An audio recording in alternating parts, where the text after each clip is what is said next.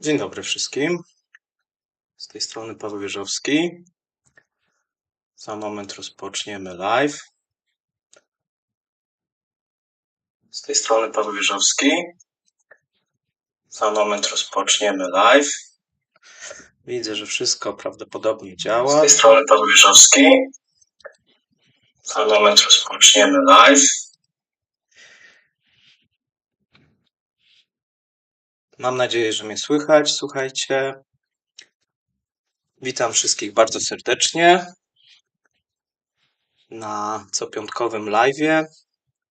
Dzisiaj powiemy sobie na temat 10. pakietu sankcji oraz powiemy coś, o czym troszeczkę mniej było, czyli o sankcjach, które G7 i kraje zrzeszone w G7 chciałyby nałożyć na Rosję. Widzę, że już mamy pierwszych widzów i słuchaczy. Cześć Marcin, cześć Arek. Głos bardzo dobry, dzięki. Jeszcze nie jest idealnie, słuchajcie, ale mam nadzieję, że będzie coraz lepiej. A więc, tak jak powiedziałem, dzisiaj o sankcjach G7, o 10. pakiecie sankcji Unii Europejskiej. Natomiast na sam początek, słuchajcie, troszeczkę autoreklamy. Ja mam troszeczkę kataru, a więc mam nadzieję, że to bardzo nie będzie przeszkadzać. Chciałbym na sam początek, żebyście pamiętali, żeby subskrybować kanał, bo widziałem, że jest bardzo dużo nowych widzów. Jeżeli Wam się podoba, możecie lajkować, możecie ustawić dzwoneczek, natomiast fajnie by było, jakby była subskrypcja, pomaga mi to rozwijać kanał, jak i również Wam nie przegapić jakiegoś ważnego w przyszłości materiału. Na tym kanale będzie dosyć dużo live'ów, ale czasami mogą się pojawić jakieś problemy techniczne, natomiast mam nadzieję, że z odcinka na odcinek będzie coraz mniej. Chciałbym również podziękować osobom, które do tej pory wspierają kanał, a więc Rafałowi, Łukaszowi, Sebastianowi, a to widzę, że jakieś jeszcze pojawiają się z Twittera, Arkowi, MZ, ktokolwiek to jest, Darkowi, Annie, Blue Wolf, Robertowi, następnemu Robertowi, Elegantowi, a tu mamy następne osoby, Agnieszce, typowemu Sebowi, Krzyśkowi, dzięki Krzysiek, Elżbiecie, Michałowi, Tedziochowi, nie wiem kto to jest ja, Mariuszowi, Robertowi i Karolowi i Agnieszce. Tutaj chyba się, nie wiem, czy wyświetliło. Ale przepraszam, Agnieszka, jeszcze jedna Agnieszka tutaj powinna się pojawić. I taka prośba, słuchajcie, do Was, jakbyście wpisywali swoje miasta na czacie, byłoby super, bo okazało się, cześć Daniel, a okazało się, że sporo osób nas słucha z zagranicy, przynajmniej 20%, a 80% z Polski.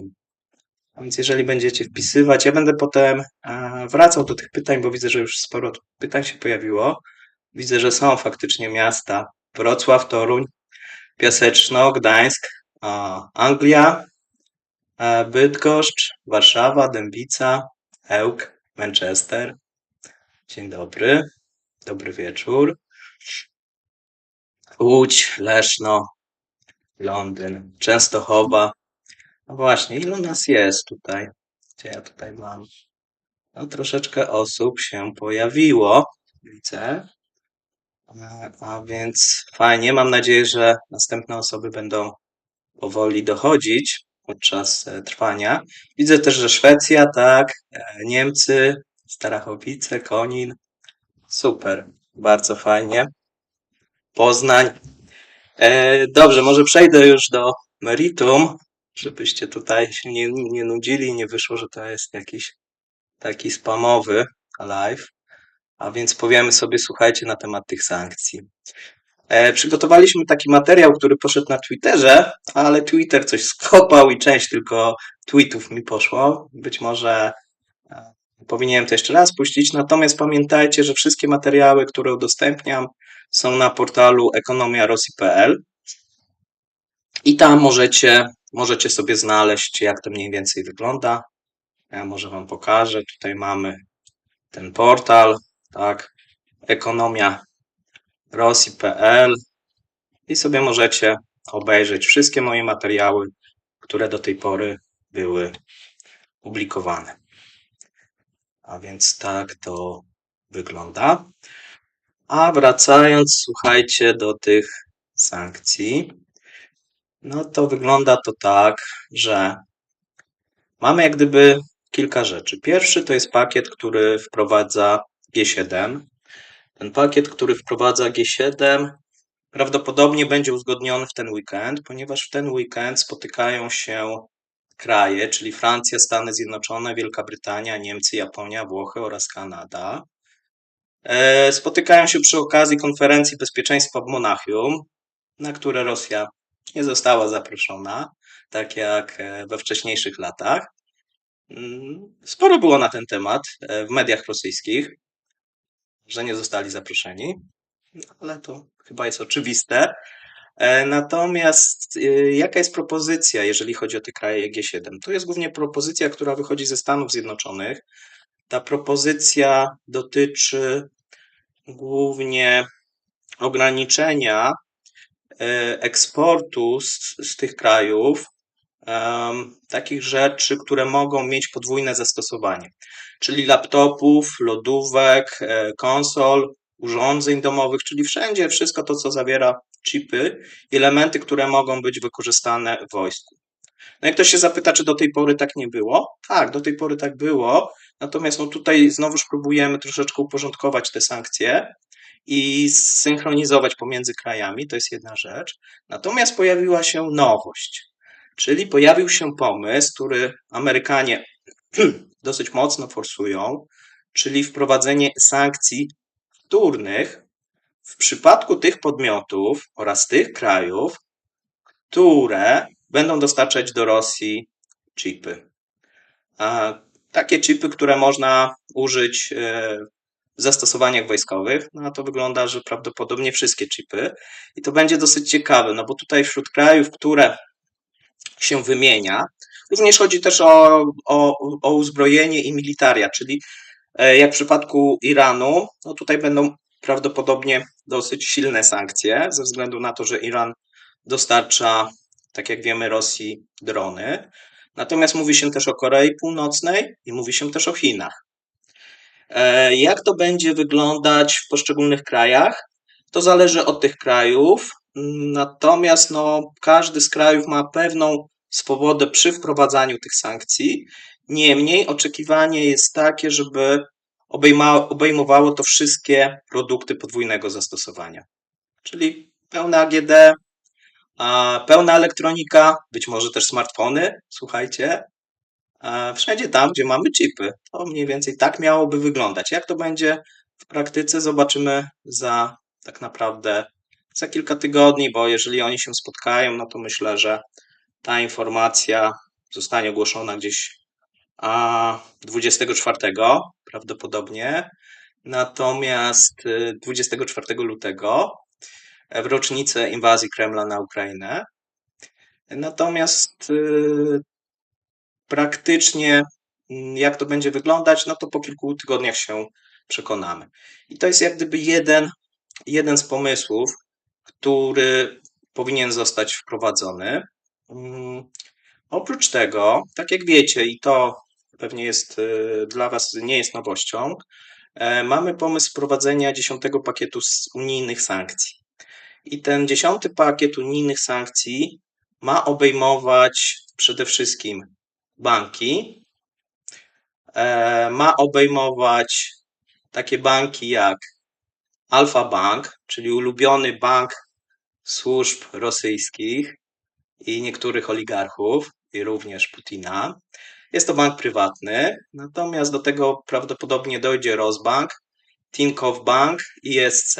4 banki mają zostać zupełnie odłączone od systemu SWIFT. I to jest kolejne uszczelnienie sankcji. Wcześniej te banki miały dostęp, bo znowuż wynikało z tych rozliczeń gazowych i jakichś innych rzeczy.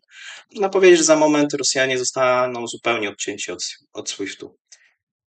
Do tego, co jeszcze sankcje zawierają? Sankcje zawierają zakaz eksportu do Rosji ciężarówek, sprzętu budowlanego, podzespołów elektronicznych, asfaltu i kauczuku. Przy czym z tym kauczukiem, tak jak pewnie część już z Was wie, było dosyć duże zamieszanie, bo mają być pewne wyłączenia, czyli znowuż Unia Europejska robi 3 kroki do przodu, 1 do tyłu i mówi, że Rosjanie mogą eksportować ten kauczuk, ale do pewnego limitu. No i tak prawdopodobnie zostanie to wprowadzone. Polska akurat chciała inaczej, wiele krajów chciało inaczej. No, te kraje, które najczęściej są za łagodzeniem sankcji, no to już wielokrotnie wymieniałem, one są znane. Natomiast z tych, myślę, że najważniejszych rzeczy, które pojawiły się w tym 10. pakiecie sankcji, to jest po raz pierwszy sankcje wtórne i restrykcje. One być może nie będą dotkliwe, natomiast tu chodzi bardziej o wydźwięk tych sankcji, ponieważ jest pomysł, żeby wobec armatora ze Zjednoczonych Emiratów Arabskich, jednego na razie, pewnie zostanie to w przyszłości rozszerzone, obawiam się, albo na szczęście, a chodzi o to, że ten armator jest podejrzany o omijanie sankcji i fałszowanie ropy. Czyli to, o czym mówiłem wcześniej u kapitana, czy we wcześniejszych vlogach. Chodzi o to, że rosyjska ropa często jest kupowana przez pośredników i potem jest odsprzedawana po wyższych cenach. Pośrednicy tu głównie zarabiają, natomiast jest odsprzedawana po wyższych cenach jako nierosyjska ropa. I w dużej mierze jest to często traktowane jako obchodzenie sankcji. Następne dosyć, myślę, dotkliwe w przypadku tych sankcji to jest zakaz posiadania nie posiadania, tylko zasiadania obywateli rosyjskich w zarządach spółek infrastruktury takiej krytycznej. Głównie chodzi o sieci elektroenergetyczne, czy sieci gazowe, czy dostawców gazów. To co do tej pory było nagminne w Europie, gdzie mieliśmy dosyć dużo firm rosyjskich lub z udziałem Rosjan, no i tam Rosjanie zasiadali, do tej pory zasiadają, słuchajcie, w zarządach. I teraz czegoś takiego ma nie być, nawet jeżeli to będzie spółka rosyjska. Czyli możemy sobie wyobrazić taką sytuację, że mamy jakąś spółkę, no ich jest coraz mniej, bo coraz więcej jest nacjonalizowanych, natomiast jeszcze się zdarzają na przykład w Austrii czy w Niemczech. Może zdarzyć się sytuacja, że zarząd nie może być rosyjski, więc to będzie dosyć ciekawe. Pewne rzeczy nie weszły, wydaje się, że one prawdopodobnie nie wejdą ze względu na brak konsensusu wśród wszystkich krajów, a my mówimy tutaj o propozycji Parlamentu Europejskiego, bo Parlament Europejski chciałby wprowadzić całkowite embargo na import do Unii Europejskiej wszystkich rosyjskich paliw kopalnych. No i można powiedzieć, że to byłyby faktycznie bardzo dotkliwe sankcje, bo nie tylko paliwa kopalne, ale uran. Już wiemy w tym momencie, że uran nie. W przypadku tych paliw kopalnych być może jeszcze coś się uda. Tutaj szczególnie Polska, Litwa, Rumunia również, czyli te kraje, które są w pewnej takiej koalicji i są liderami, jeżeli chodzi o nakładanie, może nie nakładanie, tylko pomysły na nowe sankcje. Są, można powiedzieć, jastrzębiami, jeżeli chodzi o te rzeczy. No to wydaje się, że tutaj jakieś szanse są. Zobaczymy, czy coś się uda z tego zrobić. Ten cały pakiet mniej więcej szacowany jest na 11 miliardów euro. No i teraz czy to faktycznie tyle jest? Prawdopodobnie trudno jest to określić. Zawsze jak unijni dyplomaci mówią o różnego rodzaju pakietach, o różnego rodzaju wartościach, no to często są różnego rodzaju wyłączenia. No i bardzo często te pakiety nie pokrywają się z tymi wartościami. To jest bardzo, powiedzmy to, umowne. Na pewno pakiet, to już wiemy, też nie obejmie rosyjskich diamentów oraz też towarów eksportowych. Przy czym tutaj toczą się cały czas rozmowy z Litwą, ponieważ Litwa postuluje o zakaz eksportu nawozów sztucznych z terytorium Białorusi. I być może zostanie to faktycznie włączone. Natomiast pojawiło się, słuchajcie, coś nowego, ponieważ zarówno Polacy, jak i Litwini zaczęli zamykać przejścia graniczne.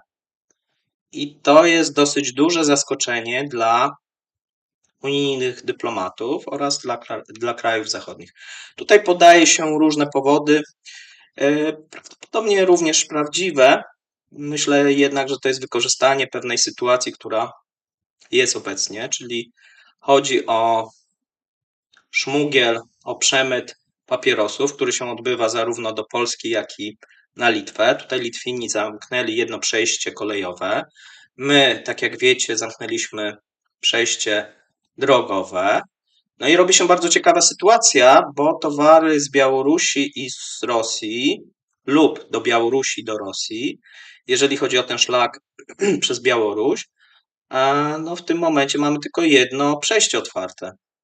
I to wydaje się być takim sygnałem dla również unijnych dyplomatów, jak i krajów, że może zdarzyć się sytuacja, że to przejście również może zostać zamknięte. Na przykład może okazać się, że ze względów technicznych czy potrzeby remontu, no przez na przykład miesiąc czy 2, takie przejście zostanie wyłączone. Nie zdziwiłbym się i raczej bym zrozumiał tutaj polski rząd. Jest to jeden z elementów nacisku. Wydaje mi się, że to jest element, może się okazać elementem dosyć skutecznym. Teraz wiele osób, słuchajcie, pyta o to, czy sankcje, zaraz przejdziemy sobie do pytań, natomiast takie pytania, które wcześniej się pojawiły, pytacie bardzo często, czy sankcje działają. To jest takie, no bo część ekspertów mówi, że sankcje, cześć kapitanie, widzę, że dołączyłeś, część ekspertów mówi, że sankcje nie działają. No i tu podaje się za przykłady, że sankcje są omijane za pomocą tak zwanego importu równoległego oraz przez kraje trzecie, tak zwanych pośredników. Tu bardzo często podaje się Turcję jako taki kraj, który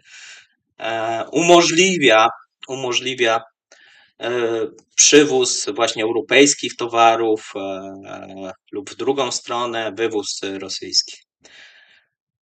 I można powiedzieć, że to jest prawda, to znaczy sankcje są omijane, tylko musicie jedną rzecz pamiętać, że wszystko zależy od skali, bo jeżeli sobie przyjmiemy, że rosyjski import powiedzmy w 2021 roku stanowił jakąś wartość, no to import równoległy to jest około 6-7% wartości importu z 2021 roku. A ponieważ ten import załamał się, ten oficjalny, to ten import równoległy, czyli te towary zakupowane w krajach trzecich w 2022 roku stanowiły zaledwie 10%. Tu mieliśmy taki wzrost i taki największy znowu szpik w środku roku, natomiast z czasem ten import równoległy, czyli tych towarów głównie z Europy, spadał. Dlaczego spadał? Dlatego, że spadało zainteresowanie, jeżeli chodzi o konsumpcję w Rosji. Konsumpcja zaczęła spadać. Część bogatych Rosjan i średniej klasy wyjechało. Część tego importu przeszła na import z krajów azjatyckich. Tu trzeba sobie przypomnieć na przykład taką rzecz, że do tej pory, na przykład jeżeli chodzi o maszyny, Rosja importowała większość, powiedzmy 70-80% maszyn z Europy. Obecnie importuje 60% z Chin i oni się przestawili w przeciągu roku, czyli zrezygnowali z tych europejskich, przeszli na rozwiązania chińskie.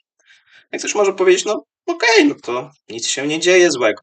No z jednej strony tak, natomiast te tranzycje nie są proste, one wymagają często wielu lat, zmiany często wielu procesów jeżeli chodzi o procesy na przykład produkcyjne. Więc to jest raczej na ten moment takie łatanie za wszelką cenę tego, co jest, no i próba utrzymania się na rynku, bo jeżeli pyta się rosyjskie podmioty i rosyjskie firmy, jakie są cele na ten rok, czyli 2023, na następne lata, to wszyscy wskazują przetrwanie. Nikt nie mówi o jakichś inwestycjach. Nie ma zresztą tych inwestycji prywatnych. Wszyscy chcą przetrwać na rynku. Stąd też pomysł, o czym sobie mówiliśmy jakiś czas temu, bodajże u kapitana, o samozatrudnieniu. I tutaj ktoś mi wskazał dosyć fajną rzecz, o której ja sam zapomniałem, bo jeżeli firmy zatrudniają mężczyzn w formie samozatrudnienia, czyli każą im przejść na to samozatrudnienie, to w przypadku mobilizacji odpada im jeden problem, bo jeżeli to jest pracownik etatowy, to po powrocie z tego frontu, jeżeli on wróci żywy i nie będzie inwalidą, muszą mu zapewnić to miejsce pracy. Jest taka ustawa, wcześniej nie było, natomiast w 2022 pojawiła się taka ustawa, Putin podpisał i oni są, tak jak kobiety w ciąży, to tutaj jest jak gdyby podobny mechanizm, muszą zapewnić takiej osobie stanowisko. W przypadku samozatrudnienia nie ma takiej potrzeby. A więc no, to jest dosyć ciekawy element. Jeżeli też spojrzymy jeszcze na jedną rzecz, bo tak powiedziałem, że ten import z Azji wypiera ten import z krajów europejskich, natomiast trzeba też sobie powiedzieć, i na to Rosjanie zwracają uwagę, że jakość tych produktów jest gorsza. Dlaczego jest gorsza?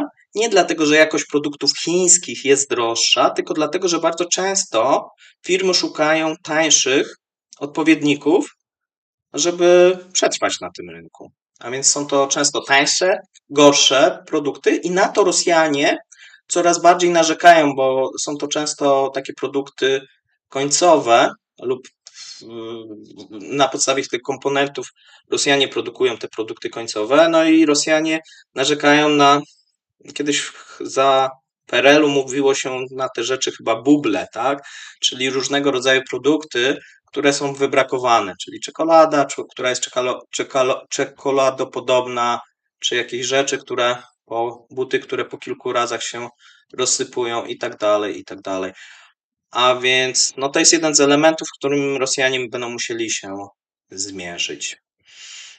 Teraz następna rzecz, którą często też pytacie, oprócz tego, że czy sankcje są obchodzone i czy one są skuteczne, to pytacie, czy mają jak gdyby sens, czy te sankcje, które są wprowadzone, mają sens, czy szkodzą Rosji, czy bardziej szkodzą Europie. No i tu jest odpowiedź bardzo prosta. Sankcje szkodzą Rosji, szczególnie te sankcje, które są wprowadzone na różnego rodzaju technologie i komponenty. Natomiast my tego nie widzimy od razu.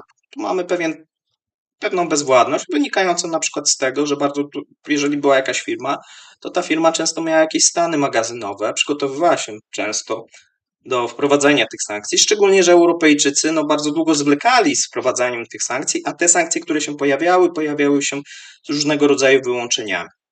Natomiast jest jedna rzecz bardzo ciekawa, która moim zdaniem jest niedoceniana, jeżeli chodzi o sankcje europejskie. A mianowicie to jest taka rzecz, że w tym momencie, jeżeli ja zapytałbym jakiegokolwiek eksperta, łącznie ze sobą, jakie do tej pory sankcje zostały wprowadzone, żeby powiedział to z głowy, jeżeli chodzi jak gdyby wszystkie, tak, tych 10 pakietów, to myślę, że nie będzie takiej osoby, która będzie w stanie to zrobić.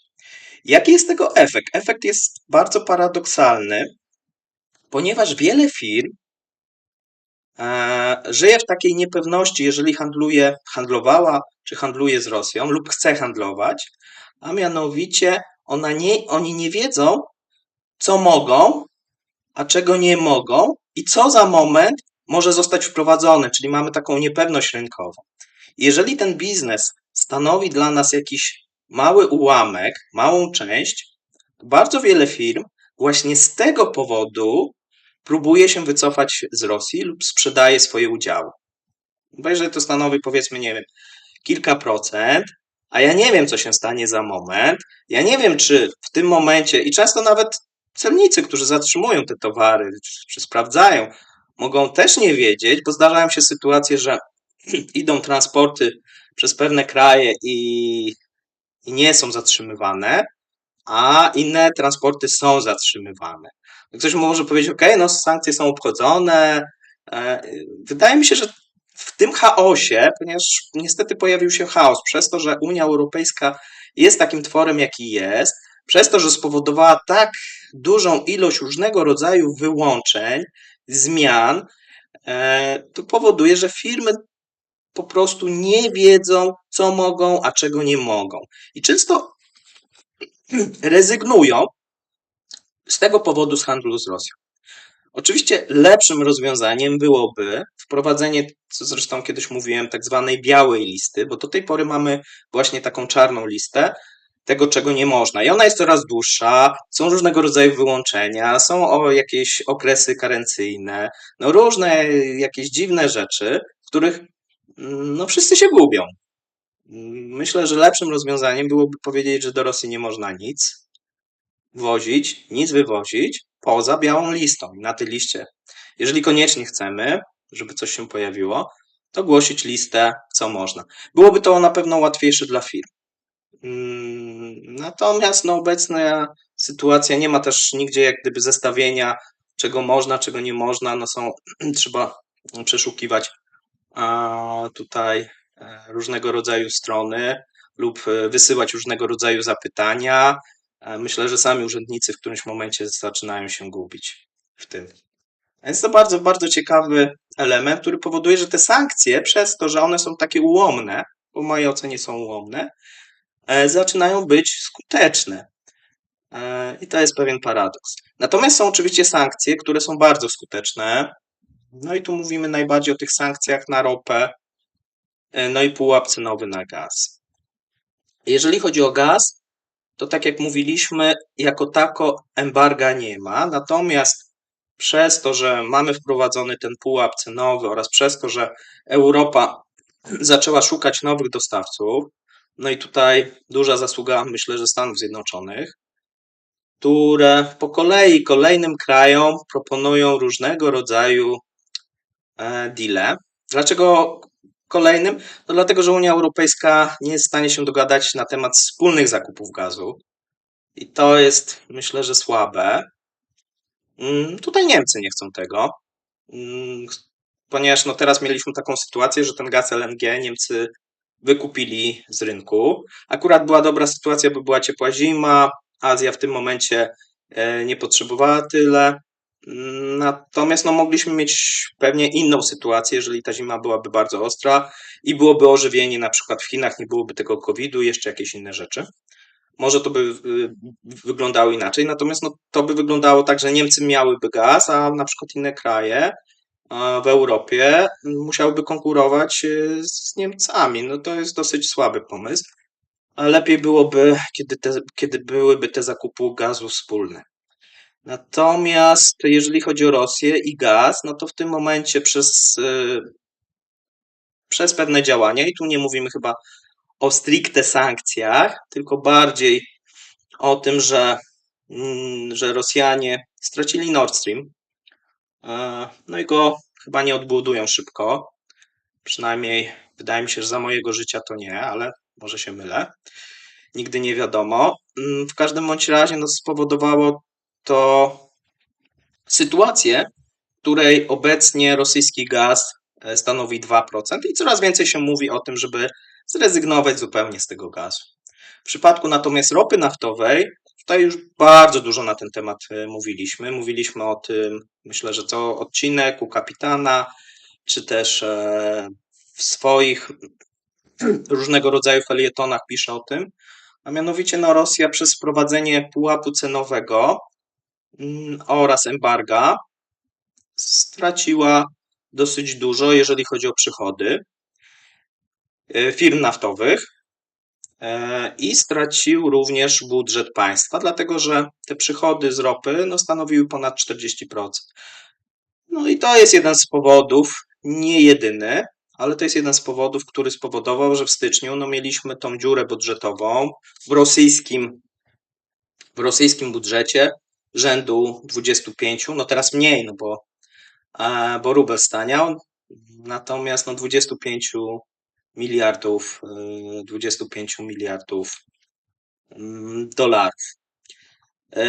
I to bardzo wydaje się, że niepokoi reżim, bo są różnego rodzaju, tak jak zresztą widzieliście, ja to często opisuję, różnego rodzaju pomysły, jak pozyskać dodatkowe fundusze i zacząć łatać tą dziurę. Dlatego, że oni założyli, że mniej więcej będą mieli dwukrotność tej dziury, ale przez cały rok. Czyli w jeden miesiąc zrobili połowę tego, co mieli zrobić przez rok. To wydaje się dosyć dużo. Może się okazać, że w lutym pewnie ta dziura będzie mniejsza, nie będą takie wartości, a nawet jeżeli byłyby, to myślę, że nie podadzą tego. Ale jeżeli się by powtórzyła sytuacja, to mamy sytuację taką, że oni cały deficyt z całego roku wykorzystają w 2 miesiące. Dlatego pojawiają się takie pomysły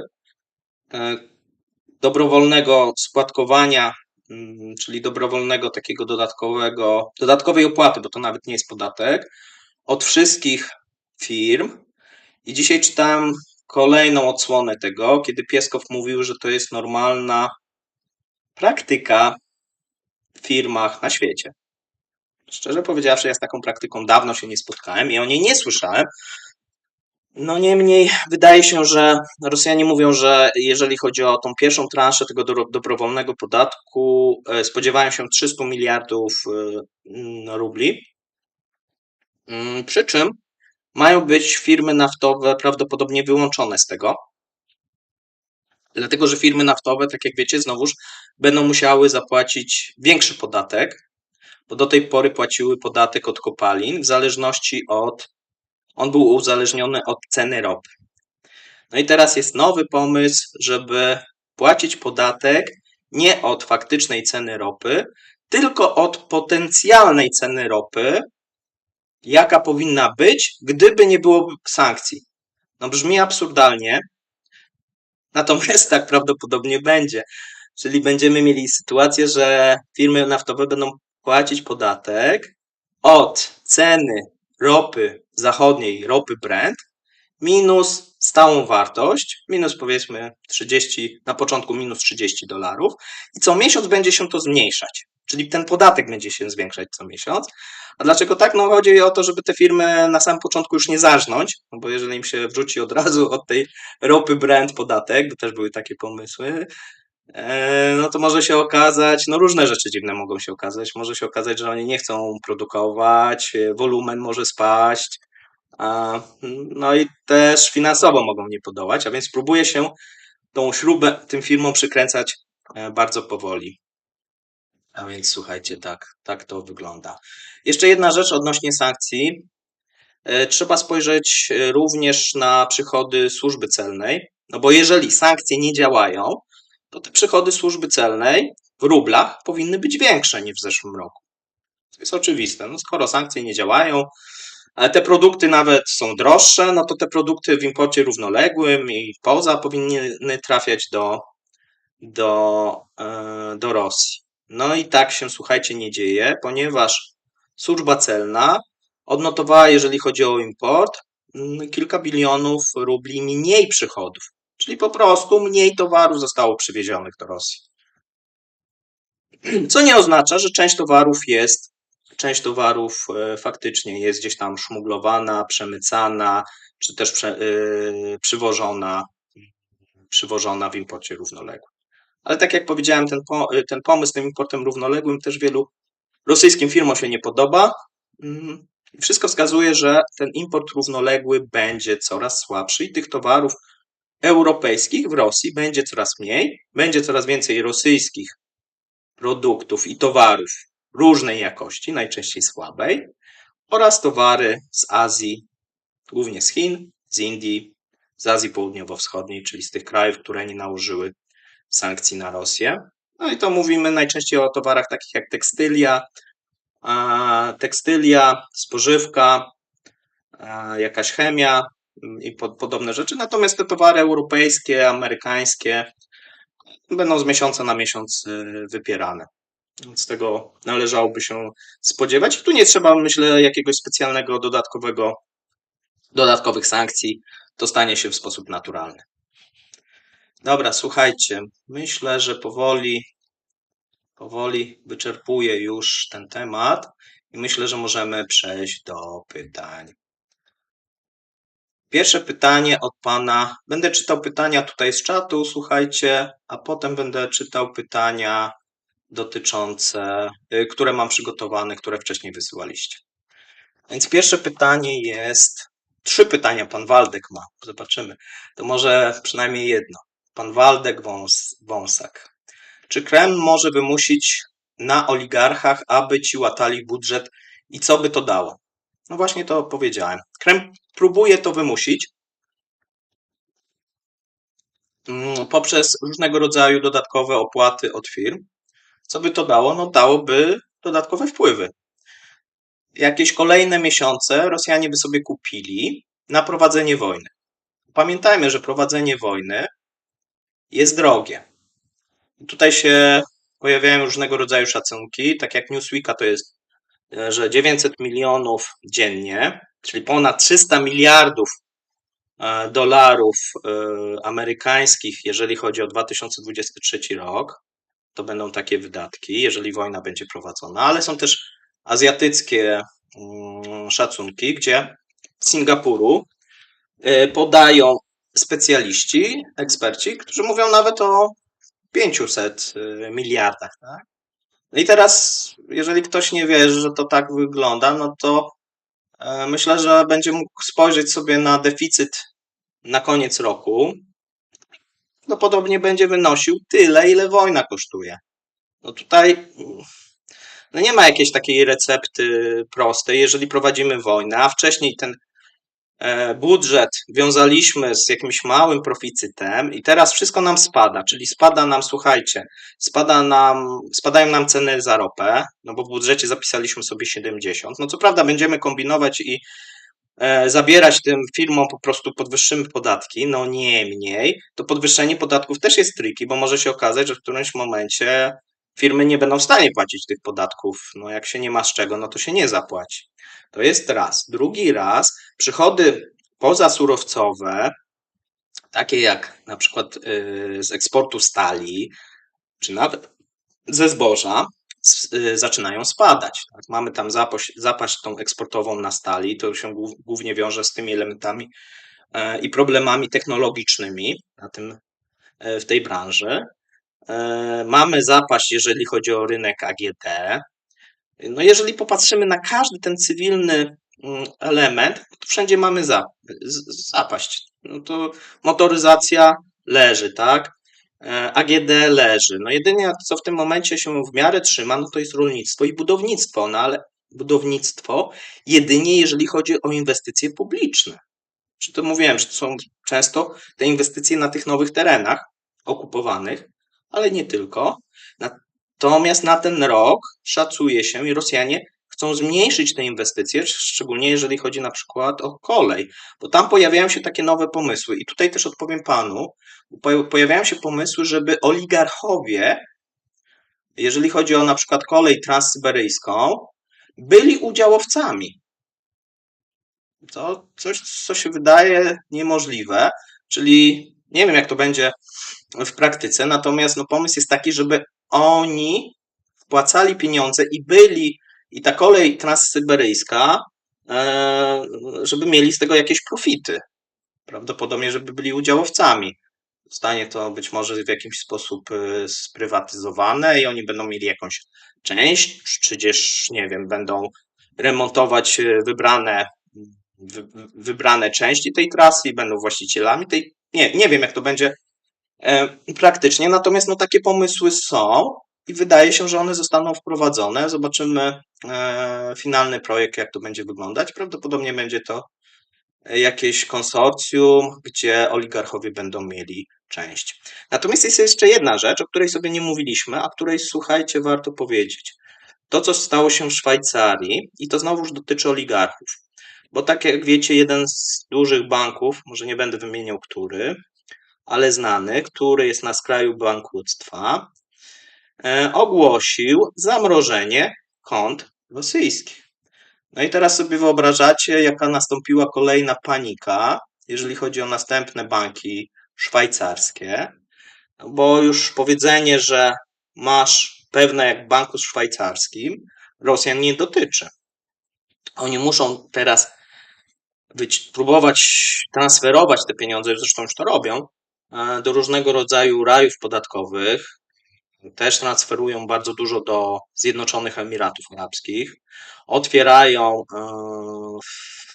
w tej walucie konta, są otwierane w Rosji, więc w tym momencie istnieje taki transfer tych pieniędzy, powiedzmy z krajów tych zachodnich, jeżeli wcześniej nie zostało to zrobione, to jest ostatni taki moment dla Rosjan, żeby te pieniądze przetransferować. Dobrze, czy Kreml może wymusić na oligarchach, to już sobie powiedzieliśmy. Dobrze, wrócimy panie Waldku, natomiast jakieś jeszcze inne pytanie zbierzemy, może teraz z listy i wrócę z powrotem. Od pana Filipa. Panie prowadzący, jak długo Chiny potrafią tolerować to, co wobec Ukrainy i reszty Zachodu wyprawia Rosja? Putina niczym burek urwany ze smyczy. Myślę, że jeżeli chodzi o Chiny, to są jak gdyby z jednej strony Chiny chciałyby, żeby ta wojna się zakończyła, dlatego że szczególnie myślę, że w tym roku tak od połowy, ponieważ tam szykuje się odbicie gospodarcze, a ta wojna w jakimś tam stopniu zmniejsza ilość towarów wysyłanych do Europy i psuje im biznes. To jest jedna strona medalu.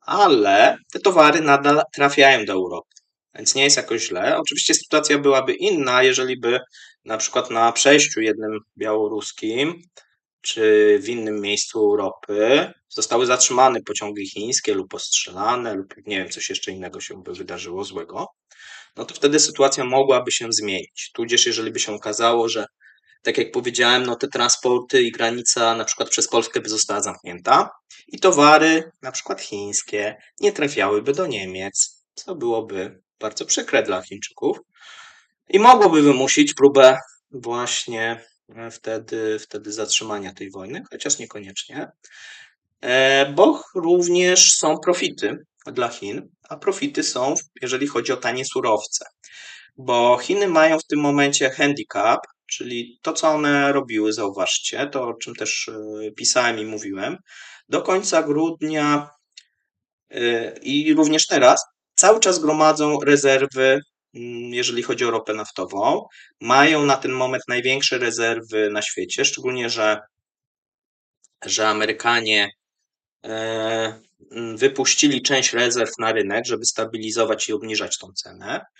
I Chińczycy korzystają z sytuacji, że ta ropa rosyjska jest tania, skupują ropę i co im to da? Da im to coś takiego, że jeżeli nastąpi odbicie, powiedzmy w maju, w czerwcu, w lipcu, nie wiadomo kiedy, i będzie potrzeba dużej ilości ropy, to nic nie wskazuje, że ta ropa zdrożeje, bo będą w stanie stabilizować ceny. Czyli będą mogli, tak jak Amerykanie, ogłosić, że ze swoich rezerw uwalniają jakąś część ropy. I wtedy może się okazać, że Rosjanie, którzy liczą na to, że w połowie roku ta ropa odbije, mogą się przeliczyć. I również ci inwestorzy, którzy cały czas twierdzą, że tej ropy jest mało, a zapotrzebowanie cały czas będzie rosnąć, mogą być rozczarowani, bo może się okazać, i tak prawdopodobnie będzie, że Chińczycy może nie to, że będą chcieli zbijać tą cenę, ale będą blokować, żeby ta cena rosła. Czyli jeżeli Rosjanie powiedzą, OK, sprzedamy wam, ale na przykład po $70, to Chińczycy mówią, nie, sprzedacie nam za 40, a jak nie sprzedacie nam za 40, czy powiedzmy za 50, no to i tak nam sprzedacie, bo za moment uwolnimy swoje rezerwy i ceny wszędzie spadną. Natomiast no, Chinom zależy na tym, żeby inni kupowali drożej, na przykład ropę arabską, a oni kupowali też ropę arabską, ale ropę na przykład rosyjską taniej. No i dzięki temu ich gospodarka ma dodatkowy, można powiedzieć, lewar, który powoduje, że jeszcze bardziej są konkurencyjni. A więc jeżeli patrzymy tylko na ten aspekt, no to wojna jest korzystna dla Chin. Natomiast ze względów na inne aspekty, też handlowe, nie jest korzystna. No i tu bardzo często jest trudno to wszystko wyważyć. A więc to takie, żeby sobie odpowiedzieć, jak to wygląda, no to moim zdaniem trudno. Jeszcze jest jedna rzecz. Myślę, że i o tym mówiłem często i ostatnio mówiłem na Twitterze na pokoju. Myślę, że Chiny grają na nowy rząd rosyjski. Tak jak Amerykanie, znaczy wydaje mi się, że grają na osłabienie Rosji i rzucenie ich na kolana i że następny rząd będzie demokratyczny, proeuropejski, prozachodni, proamerykański. W ocenie wielu ekspertów, nie uważam się za eksperta, natomiast w mojej również, jest, że nowy rząd rosyjski będzie prochiński. Dlatego, że jeżeli pojawi się nowy prawdopodobnie przywódca, tak, no bo jeżeli patrzymy na Rosję, no to Rosja ma tą tendencję do rządzenia przez cara. Jeżeli pojawiłby się ten nowy przywódca, prezydent, czy jak go nazwiemy, no to myślę, że Chińczycy mogą tutaj bardzo mocno wpływać na ten nowy rząd, obiecując różnego rodzaju rzeczy, które teraz nie są dostępne dla obecnego reżimu, który nie jest taki fajny, tak, ma krew na rękach, jest uwikłany w wojnę. Tu się pojawi nowy rząd prochiński, który otworzy drogę północną, który umożliwi różnego rodzaju nowe biznesy. Dzięki temu Chiny dofinansują system bankowy, na przykład rosyjski, zaczną tworzyć fabryki na Syberii i tak dalej, i tak dalej. Będą to różnego rodzaju kontrakty, 50-letnie, czy jakieś to takie długoterminowe. I tutaj ta przyjaźń rosyjsko-chińska będzie kwitnąć.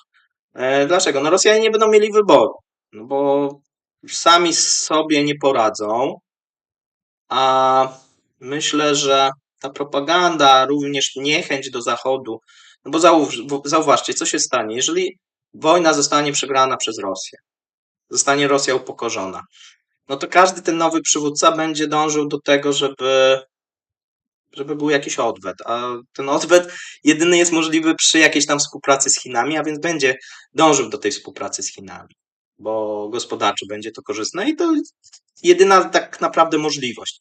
Jeżeli natomiast wojna została w jakiś tam sposób przez Rosję wygrana, czy nastąpiłby pad, no to następny reżim będzie dążył cały czas do konfrontacji z Zachodem i do współpracy z Chinami. W tym momencie tak to wygląda. Chyba, że by się coś w Chinach zmieniło, ale na to się nie zanosi. Dobrze, słuchajcie, teraz sobie spójrzmy na jakieś następne pytanie.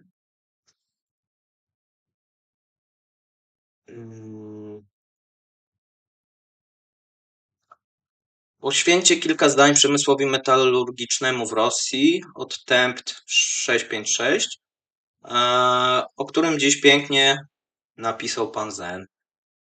No Mateusz napisał o jednej firmie, natomiast jeżeli chodzi o przemysł stalowy, tak jak mówiłem, oni mają w jakimś tam sposób zapaść. Ratuje ich rynek wewnętrzny, dlatego przeprowadzają teraz to, co Mateusz pisał, to nie jest tak, że oni sprzedają czy zamykają, tylko przeprowadzają, Lisin przeprowadza restrukturyzację, czyli część jak gdyby aktywów się pozbywa, natomiast część nadal będzie w jego rękach. Również trzeba spojrzeć na spadek, jeżeli chodzi o zapotrzebowanie na rudy żelaza. Bo to, że eksport się załamał, tam się podawało różne wartości. Na początku pamiętam, teraz nie mam tak z głowy, natomiast jak kiedyś podawałem, no to na początku było 20% tego eksportu, a potem nawet były jakieś dane, które dochodziły do 50 w niektórych miesiącach. Musiałbym natomiast za cały rok 2022 spojrzeć. Natomiast pamiętam, że jeżeli chodzi o rudy żelaza, to mieliśmy spadek o 9%, jeżeli chodzi o rok 2022. No co pokazuje, że ten przemysł sobie tak średnio radzi. Natomiast no, w dużej mierze ratuje go troszeczkę ta wojna, bo jeżeli by tego nie było i byłyby te sankcje i te problemy, to pewnie byłoby jeszcze gorzej. I od temp 666 to jeszcze jedno pytanie, bo na to powiedzmy może nie do końca dokładnie odpowiedziałem. Czy jest możliwe, by Polska weszła do G20 zamiast Rosji? Jest możliwe. Ta gospodarka rosyjska może zostać po prostu wykluczona. Natomiast myślę, że to jest bardziej polityczne pytanie, albo odpowiem Ci tak, za obecnego rządu nie wydaje się. Wydaje się, że musiałaby być tu koalicja na przykład krajów europejskich,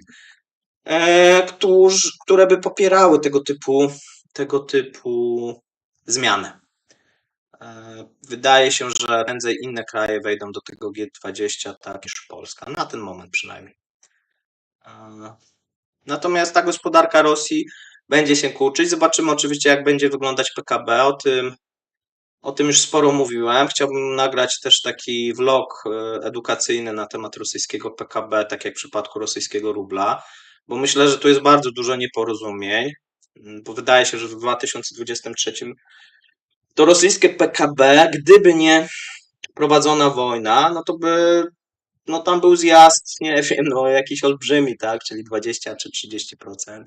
A ponieważ mamy wojnę, mamy produkcję czołgów, produkcję karabinów, produkcję rakiet, mamy duże inwestycje takie budowlane, trochę na papierze rosyjskie, no to się może okazać, że będzie wzrost. To zresztą mówiłem wielokrotnie. Natomiast to będzie taki papierowy wzrost, no i taki, który bardziej zaszkodzi, ponieważ będzie wzrost oparty na produkcji uzbrojenia, które za moment jest niszczone.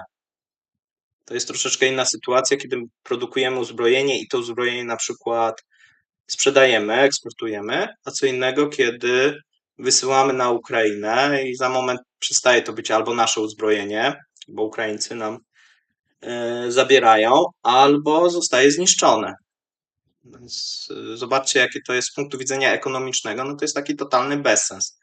Natomiast jeżeli patrzymy na PKB, no to nikt nie wlicza, że Rosjanie ileś tych czołgów, no bo to by było fajnie jeszcze jakby ktoś zaczął liczyć, ile oni stracili i sobie od tego PKB rosyjskiego odejmował te straty. Natomiast nikt tego nie robi. Czyli jeżeli by na przykład wziąć, ile kosztuje wojna i odjąć to od PKB, to wtedy byłoby fair. Tak? I wtedy można zrobić sobie takie ćwiczenie i zobaczyć, jak będzie wyglądać PKP, produkt krajowy brutto po odjęciu kosztów wojny. No i to jest wtedy prawdziwy produkt krajowy brutto, a nie z produkcją wojskową, która jest niszczona. Dobra, słuchajcie, następne pytanie to jest jedno takie z moich ulubionych pytań.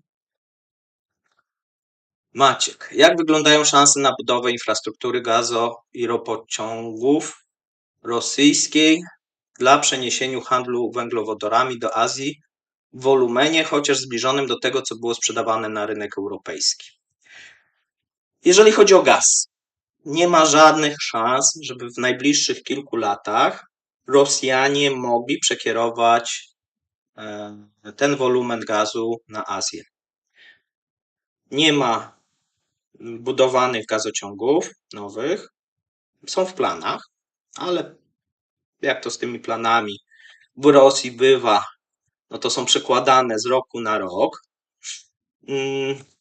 I powiedzmy w przeciągu 5 lat nie sądzę, natomiast może po tych 5-6 latach, jeżeli Rosja będzie istnieć i jeszcze będzie jakoś sobie radzić, a na przykład, tak jak powiedziałem, byłby nowy rząd rosyjski, to myślę, że wtedy Chiny jakąś taką długoterminową umowę, tak jak teraz podpisali z Katarem, na przykład na 30 albo 50 lat, to podpiszą, jeżeli chodzi o gaz. Myślę, że nie będzie problemu, szczególnie, że zobaczcie, Chiny próbują się uniezależnić, czy może uniezależnić to złe słowo, bo oni są uniezależnieni, ale dywersyfikować te dostawy z Australii. No i tutaj wybrali ostatnio Katarczyków, a nie wybrali Rosjan, jeżeli chodzi o dostawy LNG. Ale jeżeli by mieli gazociąg, jeżeli by mieli jeszcze przyjazny rząd na Kremlu, czemu nie? Myślę, że by się wtedy skusili. Jeżeli chodzi natomiast o ropę, to wolumen ropy myślę, że w większości udało się przerzucić z Europy na Azję, plus ta ropa, która jest fałszowana. No bo to jest jakiś tam odsetek, jest mniej więcej tak 10, może nawet 15% może być w tym momencie. Mówi się 10, ale ja myślę, że może być 15, jeżeli chodzi o produkcję. Natomiast tam mamy sytuację taką, że Rosjanie bardzo dużo w zeszłym roku wiercili i mają jakąś rekordową, wywierconą liczbę nowych odwiertów, tak się chwalą. Ale wydali na to mniej pieniędzy niż w zeszłych latach i mniej z tych nowych odwiertów mają niż we wcześniejszych latach. Więc coś tu nie gra. To jest jedna rzecz. Ona jest bardzo istotna, dlatego że Rosjanie, żeby zapewnić produkcję, muszą cały czas mieć w upstreamie, mieć nowe, będę starał się nie używać jakichś takich zwrotów, mieć nowe złoża i nowe odwierty. Więc co roku muszą wydawać dosyć duże sumy na inwestycje w poszukiwaniu nowych. Oni mają dużo tego, natomiast no muszą te wszystkie nowe odwierty sobie zlokalizować, zrobić dokumentację techniczną, no różnego rodzaju rzeczy, no trzeba rozpocząć, tak? Więc to nie jest tak, że to samo się zrobi. I do tej pory korzystali, zwróćcie uwagę, z pomocy, szczególnie przy tych nowych odwiertach, z pomocy tych firm zachodnich. Na ten moment zostały tylko 2 firmy zachodnie w Rosji nadal, ale kilkanaście, czy no, nawet nie kilkanaście, ale kilkadziesiąt wyszło i za moment te 2 prawdopodobnie również zostaną zmuszone. Jest tam jedna firma z Irlandii, tak, irlandzko-amerykańska, druga amerykańska, ale za moment one zostaną zmuszone do wyjścia. A więc jeżeli chodzi o wysyłkę do Azji, w wolumenie tak, w cenie nie, no bo Azja kupuje dlatego, że ta ropa jest tańsza. Wydaje się, że będzie bardzo trudno utrzymać w wolumenie również te dostawy do Azji. Dlaczego? Dlatego, że jest dalej. Potrzebują większą ilość tankowców. Tutaj słyszałem już dosyć dużo. Na początku oni mieli 200 tych tankowców, potem 300. Teraz niektóre źródła mówią nawet, że 600 mają. Ale musicie pamiętać, że droga do Azji, na przykład z Bałtyków czy z Morza Czarnego, no to wszystko przekracza ponad miesiąc, nie? Czyli mamy od miesiąca do 2, tak naprawdę nawet od 45 do 2 miesięcy. No i ten tankowiec musi dopłynąć, wrócić, a więc trzeba cały czas mieć sprawne te tankowce, co nie jest takie do końca proste i dosyć dużą ilość i zarządzać tym, czego Rosjanie do tej pory nie robili. Oni się posiłkują też innymi armatorami, natomiast ze względów kosztowych próbują, ponieważ ten fracht jest bardzo drogi, próbują używać własnych tankowców, żeby cokolwiek jeszcze dodatkowo na tym frachcie zarobić. Przy czym to też często nie zarabia rosyjski budżet, tylko różnego rodzaju, można ich nazwać też oligarchowie, którzy zarabiają na tym transporcie ropy. A niekoniecznie właśnie to trafia gdzieś do budżetu. Chociaż są też teorie, że tam jest jakiś tam tajny, oni tam przelewają. Ja do końca nie wierzę. Nie wierzę w to, ale być może coś takiego za jakiś czas się pojawi. Niemniej utrzymanie tego przez cały rok będzie bardzo kosztowne, będzie bardzo trudne. Będzie bardzo ciekawa sytuacja, jak zdarzy się pierwszy wypadek. Wydaje się, że statystycznie on powinien się zdarzyć. To są dosyć stare tankowce często. Rosjanie naginają reguły bezpieczeństwa. Ta ropa jest dłużej na morzu niż wcześniej była. Jest często tłok, jeżeli chodzi o cieśniny. A więc wydaje się, że to jest tylko kwestia czasu i wypadek będzie. I ten wolumen będzie trudno utrzymać. Natomiast sytuacja się jeszcze może zmienić teraz, ponieważ oprócz tego, że mają te tankowce, to jeszcze muszą mieć teraz produktowce, które będą im tego diesla i inne paliwa transportować. I tu jest sytuacja odmienna, bo Azja nie chce, przynajmniej oficjalnie, to co mówiłem, Azja nie chce ich produktów. Europa też nie chce i teoretycznie nie ma gdzie to wysłać. Prawdopodobnie znowu będzie próba wysyłki to do krajów trzecich i fałszowania tego. I tutaj będzie taki konflikt interesów, bo często te produkty będą szły na Azję, czyli na przykład na Indię czy Chiny, pomimo tego, że oni nie chcą, bo to konkuruje z ich rafineriami. Nie po to kupują od Rosjan tanią, surową ropę, żeby sprowadzać taniego diesla i sobie zaniżać marży. To im grozi. To im grozi.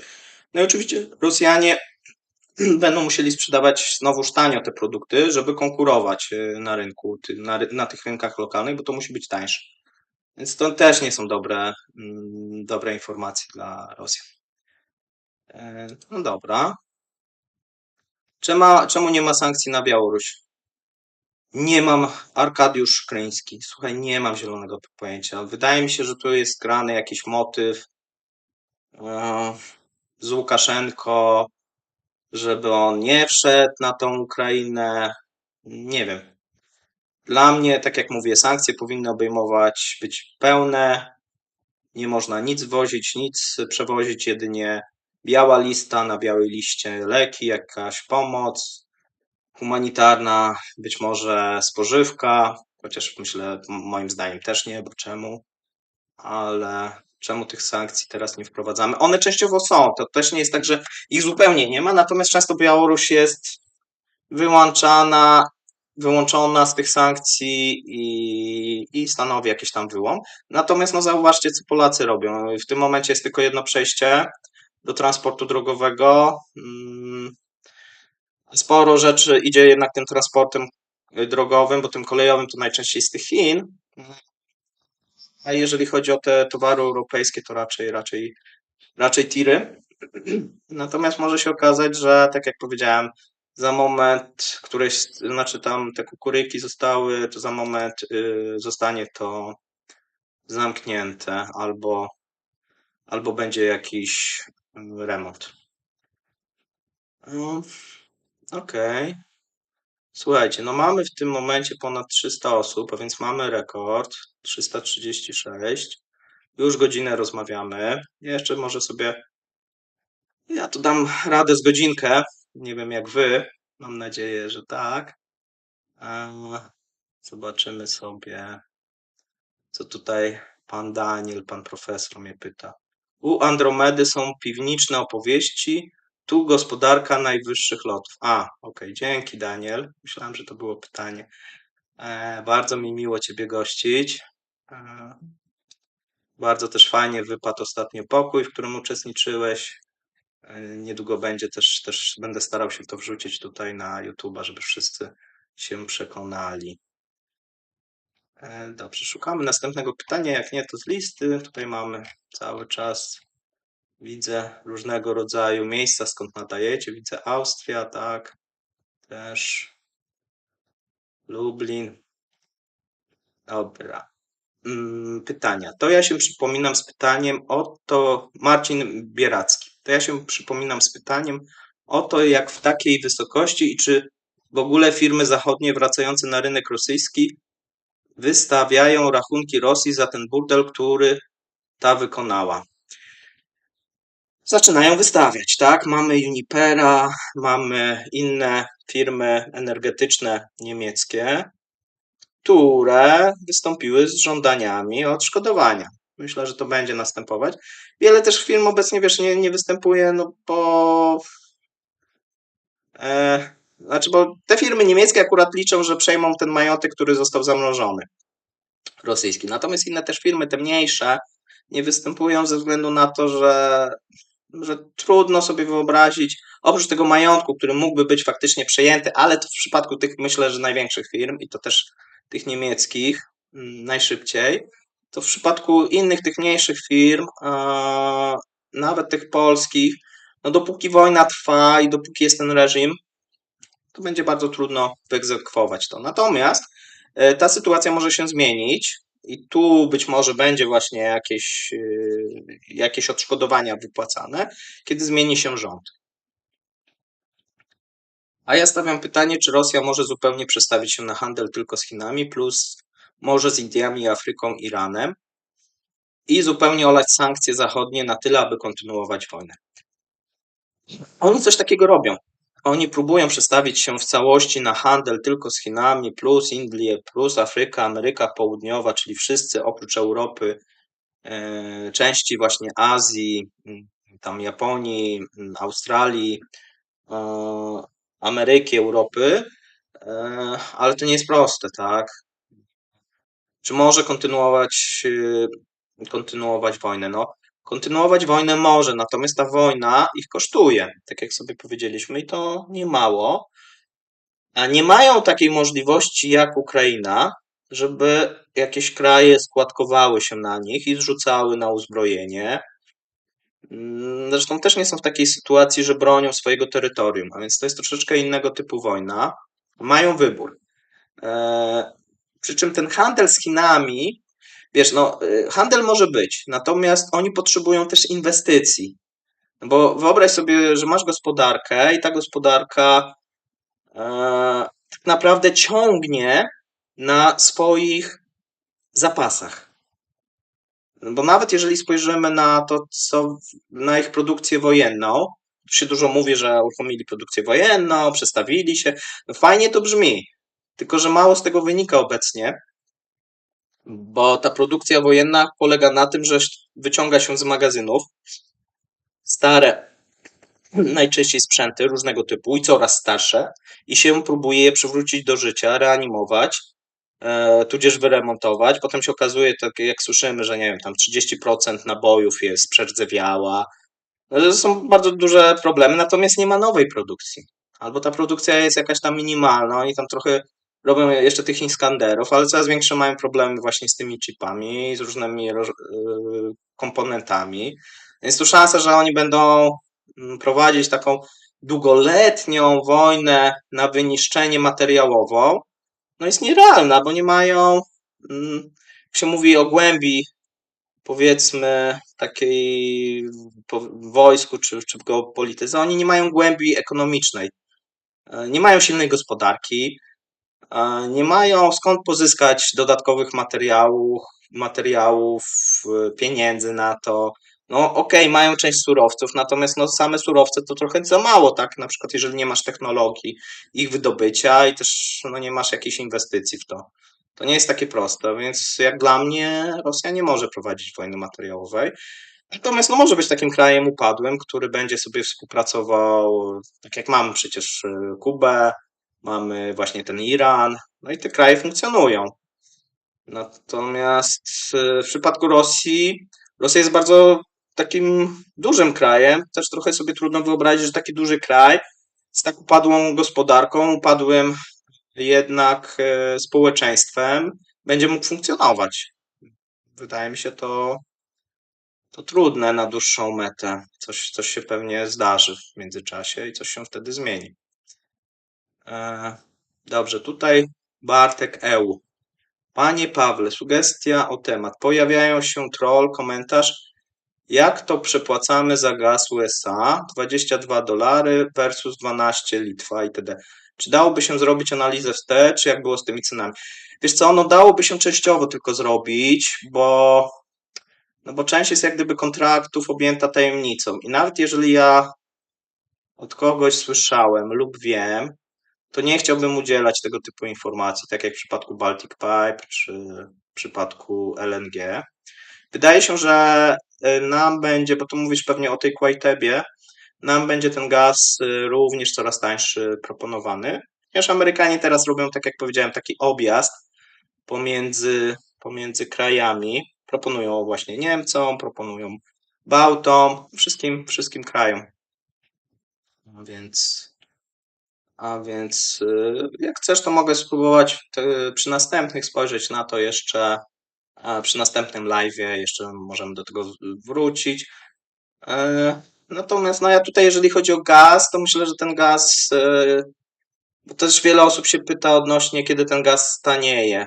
I to myślę, że to nie jest do mnie pytanie, tylko do pana Obajtka i pana Morawieckiego. Zbliżają się wybory, a więc pewnie stanieje. Powiem tak, kupowaliśmy na dosyć dużej górce, szczególnie do Baltic Pipe'u. Może to nie było tak, że kupowaliśmy w fiksie, no ale te warunki były mniej korzystne, gdybyśmy na przykład teraz kupowali. A co ze Sberbankiem? Pan Filip Kostrzewa się pyta. No, Sberbank sobie istnieje, a ma coraz gorsze wyniki. No może się okazać, że na jesieni, znaczy teraz musi dofinansowywać budżet państwa, bo musi kupować rosyjskie obligacje. Tam poszło ostatnio, pisałem, około w styczniu, w lutym 600 miliardów rubli na te obligacje, ma pójść 1 bilion. No i Sberbank jest jednym z głównych banków, który skupuje te obligacje na jak gdyby rozkaz, rozkaz rządu i banku centralnego. Pozdrowienia z Niemiec, z Hermannsburga, pani Monika. Super.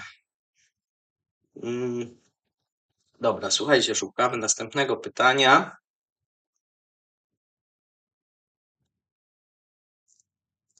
Szukamy następnego pytania. Może z listy. Ja zaraz sobie wrócę, żeby było szybciej.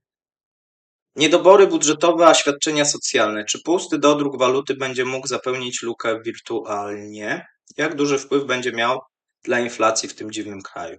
To jest dobre, słuchaj, pytanie, Sławek. Bo pytanie, jak duże będą te niedobory, jak będą pokrywane, przez co? Wszystko wskazuje, że próbuje się w dużej mierze pokryć przez dodruk pieniądza, bo jeżeli się pożycza na rynku wewnętrznym, no to jest dodruk tego pieniądza, bo no puszcza się obligacje, fajnie, no ale ktoś musi kupić te obligacje, czyli na przykład kupuje Sberbank, obligacje banku, czy tam obligacje rządowe, przepraszam, Ministerstwa Finansów. No i co? No i to jest, mamy dodatkowe jakieś te składki tych firm. No cały czas jest to jak gdyby puszczanie coraz większej ilości rubli w obieg, no bo te ruble trafią się, bo chodzi o to, że wydatki się zwiększają, ale faktycznie nic nowego nie wytwarzamy, czyli mamy więcej pieniądza na rynku. To jest taki klasyczny przykład proinflacyjny, tak? Mamy więcej pieniądza na rynku, a mniej produktów, usług, no bo cały czas ta gospodarka cywilna się zwija, a coraz mamy więcej, jeszcze gorzej jest, bo normalnie to trochę by inaczej wyglądało, ale coraz więcej mamy tych usług i ten przemysł na przykład działa dla wojska, zamiast działać w tym cywilnym, no co powoduje, że produktów mamy mniej, kasy mamy na rynku coraz więcej, ta kasa jest coraz mniej warta, bo coraz mniej można za to kupić. Rząd będzie i Rostat publikował jakieś dane o inflacji, natomiast myślę, że one będą coraz bardziej oderwane. A więc część naszych ekspertów będzie mówić: o, zobaczcie, w Rosji jest taka niska inflacja, natomiast ona będzie zmanipulowana, myślę, że coraz bardziej i z tym trzeba się liczyć.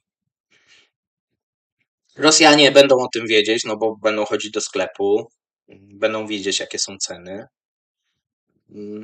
A więc myślę, że sytuacja będzie o wiele gorsza niż na przykład którą mają teraz, bo myślę, że ta inflacja jest gdzieś porównywalna z Polską, albo nawet już teraz wyższa, a w Polsce jest moim zdaniem wysoka i to bardzo.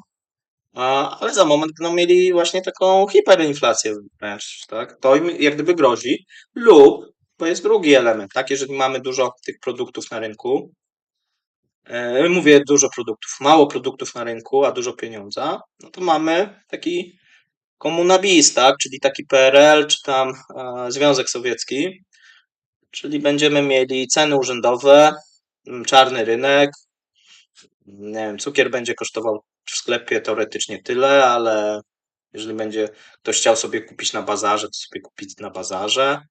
W sklepie nie będzie dostępny, będzie jakaś reglamentacja, jakieś kartki, kupony. Być może to będzie troszeczkę inaczej wyglądało niż w latach 80. Nie będą papierowe, tylko jakieś zapisy elektroniczne, nie wiem. Ale no tutaj jeszcze Rosjanie dużo mogą pod tym kątem zrobić. A więc jeżeli patrzymy o inflację, no to ta inflacja będzie z jednej strony mamy te czynniki zewnętrzne, które powodują, że powinna maleć, tak jak na przykład w Polsce. Otoczenie biznesowe będzie sprzyjać dezinflacji, ale ponieważ Rosja jest troszeczkę będzie takim krajem odciętym i izolowanym, no to ta globalna gospodarka będzie mniej na nich wpływać. A więc ja bym się nie spodziewał tutaj niskiej inflacji u nich. Przynajmniej tej prawdziwej, a tej oficjalnej nie tam będzie spadać cały czas. Dobra. Słuchajcie, tak.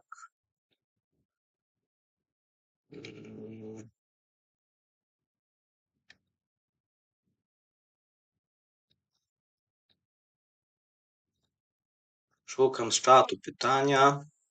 Myślę, że afera z papierosami, Bartłomiej, myślę, że afera z papierosami na granicy to temat zastępczy, gdyż większość zaczęła nie wierzyć, że przez wyrok na dziennikarza, który był i tak już 2 lata w więzieniu, to powód za zamknięcia granic. Nie rozumiem, więc nie komentuję, bo nie wiem o co chodzi. A, tu coś Daniel odpowiada, więc to sobie później przeczytam. Dobra. Słuchajcie, jak macie teraz, doszedłem tutaj do końca, jakieś pytania, no to zadajcie. Jeżeli chcecie też jeszcze, żebym coś poruszył, to mówcie, a ja będę czytał następne pytanie tutaj, które mam na liście. O, niektóre są bardzo fajne. Bardzo fajne pytanie, Bismail. Jak silne Putin ma poparcie wśród elit i zwykłych obywateli? Czy są, a jeśli tak, to jak duże protesty w różnych częściach kraju? Czy upadek Putina może oznaczać powrót do normalności, czy należy się przyzwyczaić do II Korei Północnej?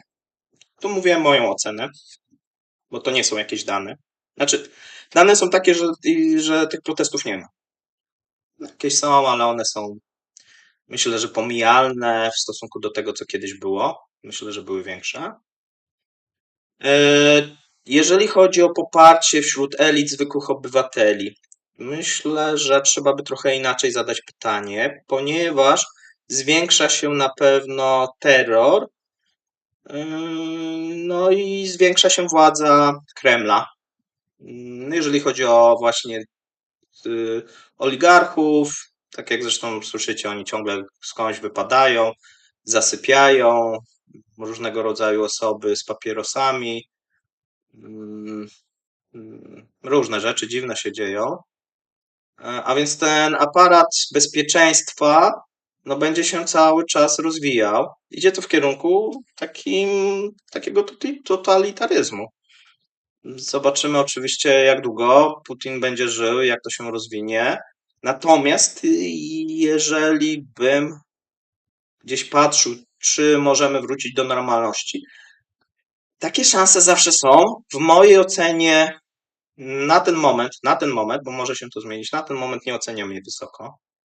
Bo jeżeli przyjdzie jakaś inna osoba, kiedy ona może przyjść? Może przyjść, jeżeli coś się stanie Putinowi lub po prostu faktycznie umrze. Mogą się też pojawić protesty. Jak ktoś może powiedzieć, no okej, a przed chwilą mówiłeś, że ten terror się zwiększa i ten aparat bezpieczeństwa się zwiększa. Tak, tylko że te protesty nie będą przeciwko wojnie, czy takie polityczne, tylko mogą mieć podłoże ekonomiczne. Dlaczego? Dlatego, że pamiętajcie, że 40% Rosjan jest zależna od świadczeń socjalnych. I jeżeli faktycznie byłyby niedobory, czyli pojawiłyby się problemy w wypłacie na przykład emerytur, czy jakichś dodatków, czy żołdów dla żołnierzy, czy dla weteranów i tak dalej, to wtedy protesty się pojawią, w mojej ocenie. To zresztą mówiłem. I wtedy się pojawi na pewno jakiś człowiek wystawiony przez część oligarchów, który obieca, jak cudownie rozwiąże te wszystkie problemy rosyjskie. Będzie to patriota, będzie mówił. To nie będzie na pewno osoba, która będzie nawoływać do pokoju i współpracy z Europą Zachodnią. Wręcz odwrotnie, myślę. Do rozliczenia, będzie wskazywać nieudolność obecnego reżimu, że jeżeli on, taki a la Strielkow, tylko że bardziej polityczny, nie? Czyli jakiś tam patriota, wyciągnięty przez tych oligarchów. I to jest bardzo prawdopodobne. No i jeżeli już, tak jak powiedziałem, jeszcze może się okazać, że ta nowa opcja będzie bardzo mocna, na przykład prochińska, bo czemu nie? Natomiast proeuropejska? Nie sądzę. Nie sądzę, żeby to w tym kierunku szło. Nic na razie na to nie wskazuje. Oczywiście może się wszystko zdarzyć, ta Rosja może się rozpaść, mogą powstać jakieś oddzielne części, które, nie wiem, jedni będą w jedną stronę ciągnąć, drudzy w drugą. Natomiast nie wierzę w to, co Amerykanie, co im się wydawało, czyli rzucenie Rosji na kolana i potem reset i współpraca z Amerykanami przeciwko Chinom. To myślę, że to jest jakaś utopia i ktoś tam mocno w tych Stanach popija sobie, jeżeli w to wierzy. Nie ma, myślę, żadnego pojęcia o tym, jak. Znaczy, taki rząd proeuropejski obecnie, prodemokratyczny, jeżeli szczególnie Rosja by przegrała, to nie będzie miał poparcia społecznego. To oczywiście, nawet jeżeli to byłoby jakimiś olbrzymimi pożyczkami, nie sądzę też, żeby na przykład pożyczki przełożyły się tak, żeby ludziom nagle się zaczęło tak szybko lepiej żyć na tej Gubince. Jeżeli już będą jakieś transfery, na przykład byłyby z zachodu, to pieniądze po drodze zostałyby rozkradzione i ci ludzie na końcu i tak by mieli tak samo jak wcześniej. Pamiętajcie, że większość Gubinki czy większość tego elektoratu jest obojętna. Im jest wszystko jedno, kto rządzi. Byleby oni dostawali ten socjal, który mają. Natomiast to, co właśnie może ich zachęcić do jakiejś zmiany, no to na pewno jakaś olbrzymia hiperinflacja lub braki wypłat tego socjalu. Więc to moim zdaniem tak wygląda. Czy kolej transsyberyjska ma jeszcze jakieś niewykorzystane możliwości przewozu? No ma. Tam jest problem innego typu, bo pamiętajmy, że te szlaki były robione w drugą stronę. I teraz kolej transsyberyjska ma, i to bardzo duże możliwości przewozu, tylko że potrzebuje inwestycji. I te inwestycje na 2023 zostały wstrzymane, a od 2024 mają być, tak jak powiedziałem, jest projekt, że mają być sponsorowane czy wykonywane przez indywidualnych inwestorów. Tak jak mówię, dla mnie to jest bardzo dziwne, ale tak to ma wyglądać. Okej, następne pytanie od Aleksandra. A nie, to chodzi o biuro. Nie wiem, jak mnie słychać, tu mam taką jakąś matę, bo Aleksander mówił, żeby jakąś matę, która wygłusza, kupić. Mam nadzieję, że lepiej. Z tym mikrofonem pewnie będzie idealnie, jak mój kolega wróci, dźwiękowiec, i wtedy mi to ustawi, bo jest tam tak dużo opcji, a jak robię na live, to inaczej w ogóle to słychać niż jak nagrywam. Więc nie wiem do końca, jak to wszystko dobrze poustawiać. Ale z tego, co pisaliście, to mówicie, że jest lepiej. Dobra, to teraz następne pytanie od Arka.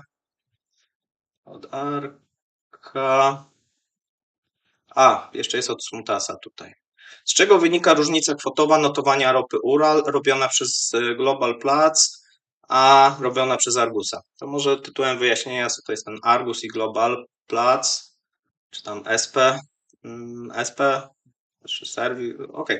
Dobra, Global Platz niech będzie i Argus. To są dwie agencje analityczne, które zajmują się ropą naftową i na przykład zajmują się takimi rzeczami jak kwotowaniem tej ropy, czyli robią różnego rodzaju notowania, analizy, jeżeli chodzi o ropę, i w przypadku Argusa, Argus rozlicza dla rządu rosyjskiego sprzedaż ropy, czyli zlicza, tak, transakcje, za ile, kto, kiedy kupił, ma taki system transakcyjny i tutaj rząd rosyjski z tego korzysta. To jest ogólnoświatowa firma analityczna, jedna z ważniejszych, jeżeli chodzi o ropę naftową, podobnie Plac.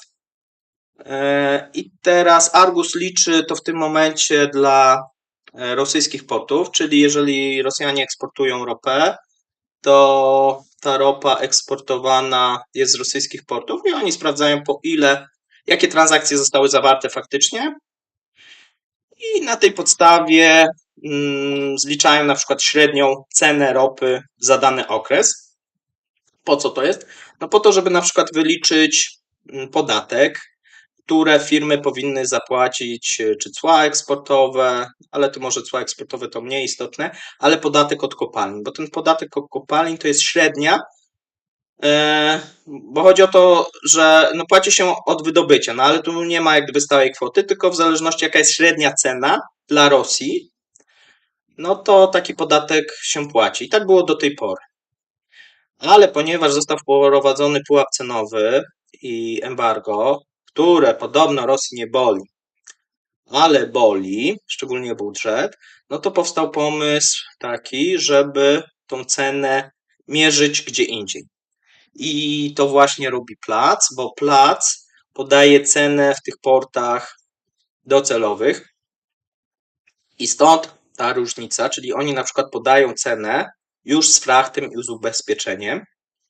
Po co? Po to, że Rosjanie sobie wymyślili, to jest jeden z pomysłów, nie wiadomo czy on wejdzie, natomiast jest to jedna z opcji, że Rosjanie sobie wymyślili, znaczy dokładnie rząd rosyjski, że firmy naftowe nie będą płacić podatku od ceny średniej sprzedaży, za ile sprzedają, tylko będą płacić za cenę, podatek, za cenę sprzedaży plus ten fracht i to ubezpieczenie, czyli ta cena, tej ropy, która dopływa powiedzmy do portów indyjskich. Dziwny pomysł, ale on jest spowodowany tym, że wcześniej część kontraktów była właśnie z dostawą, czyli ta cena nie była takiej samej ropy, tylko wcześniej było to tak, że część kontraktów była tak zwanych FOB-owych, czyli bez dostawy i część była CIF-owych z dostaw. No i ponieważ większość była wcześniej CIF-owych, no to Rosjanie mówią, no to na tym embargu to my strasznie budżet tracimy. No to firmy naftowe płaccie nam tak jakbyście wcześniej tak jakbyście robili ten CIF, chociaż go nie robicie. Nie? Czyli udajemy, że robimy ten CIF, chociaż wy tego frachtu nie robicie, bo nie możecie, bo jest ten pułap cenowy. Tylko, że to tak nie jest. Kiedyś CIF, ta wartość powiedzmy tego frachtu, ubezpieczenia, no to było do tych Indii składowo kilka dolarów, nie? Dosłownie kilka, a teraz to jest na przykład 18, 20. Do Chin może być nawet, były momenty, że było 25. Czyli teraz firmy będą musiały, nie dość, że mają tanią ropę sprzedawać, tanie produkty, nie ma chętnych teoretycznie, to będą jeszcze musiały zapłacić podatek od czegoś, od czego nie mają zysku, nie? Czyli od tego frachtu, bo fracht akurat firmy naftowe nie robią, jeżeli już to robią jakieś tam jacyś pośrednicy lub firmy na przykład inne rosyjskie, ale nie powiązane. No i się oczywiście im to nie podoba, bo nikomu by się nie podobało. No zobaczymy jak to wyjdzie, bo jest jeszcze właśnie ten pomysł właśnie z tym brandem, że to bardzo podobny, tak, no bo tylko inaczej ten. Chodzi o to, żeby firmy po prostu więcej podatków płaciły, jak oni to ubiorą, nieważne, podatek się po prostu dla firm zwiększy, a wpływy się zmniejszą. No i to wszystko. Okej. Czy BRICS, John Kowalski, czy BRICS ma szansę przyciągnąć do siebie więcej państw i odebrać Zachodowi kontrolę nad globalnym rynkiem? Nie ma czegoś takiego dla mnie jak BRICS, ponieważ to jest stowarzyszenie państw, które w dużej mierze nie mają wspólnych interesów, albo często mają odmienne interesy, tak? Więc no, w przypadku na przykład Unii Europejskiej jednak można powiedzieć, że są tutaj różnice, ale dużo interesów mamy gdzieś tam wspólnych, zresztą te pewne umowy handlowe, wolny ten rynek, No wiele jak gdyby łączy, tak, jeżeli chodzi o kraje Unii Europejskiej. Nie ma czegoś takiego, jeżeli chodzi o BRICS, tak? Jest jakieś tam stowarzyszenie takich luźnych krajów.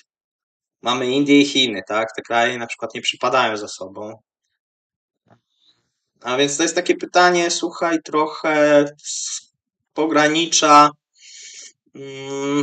no jakby to powiedzieć, no można o tym wszystko powiedzieć. Można, że mają szansę, a można powiedzieć, że nie mają szansy. No w ogóle jak gdyby to nic nie wnosi. Na pewno Indie i Chiny będą się rozwijać i bardziej bym patrzył nie na cały BRICS, tylko na konkretne kraje, czyli mamy Indię, właśnie Chiny, mamy Indonezję. Być może tą Amerykę Południową, ale jakoś nie wierzę do końca. Tak samo mamy to RPA, które teraz nie weszło,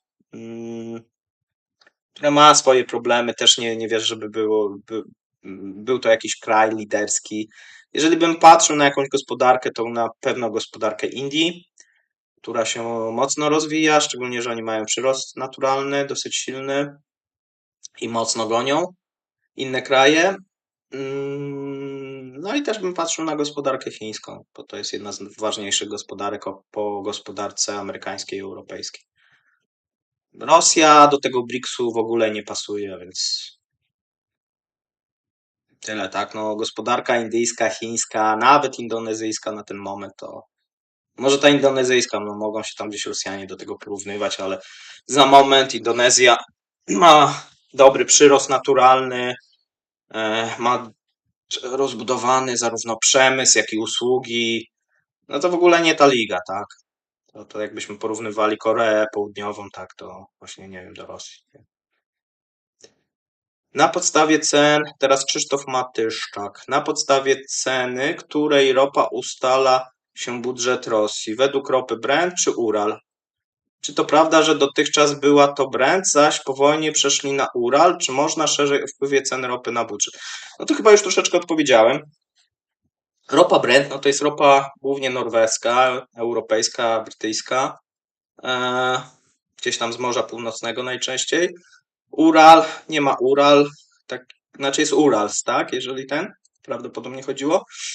Natomiast słuchaj, Krzysztof, to wygląda tak, że Rosjanie mają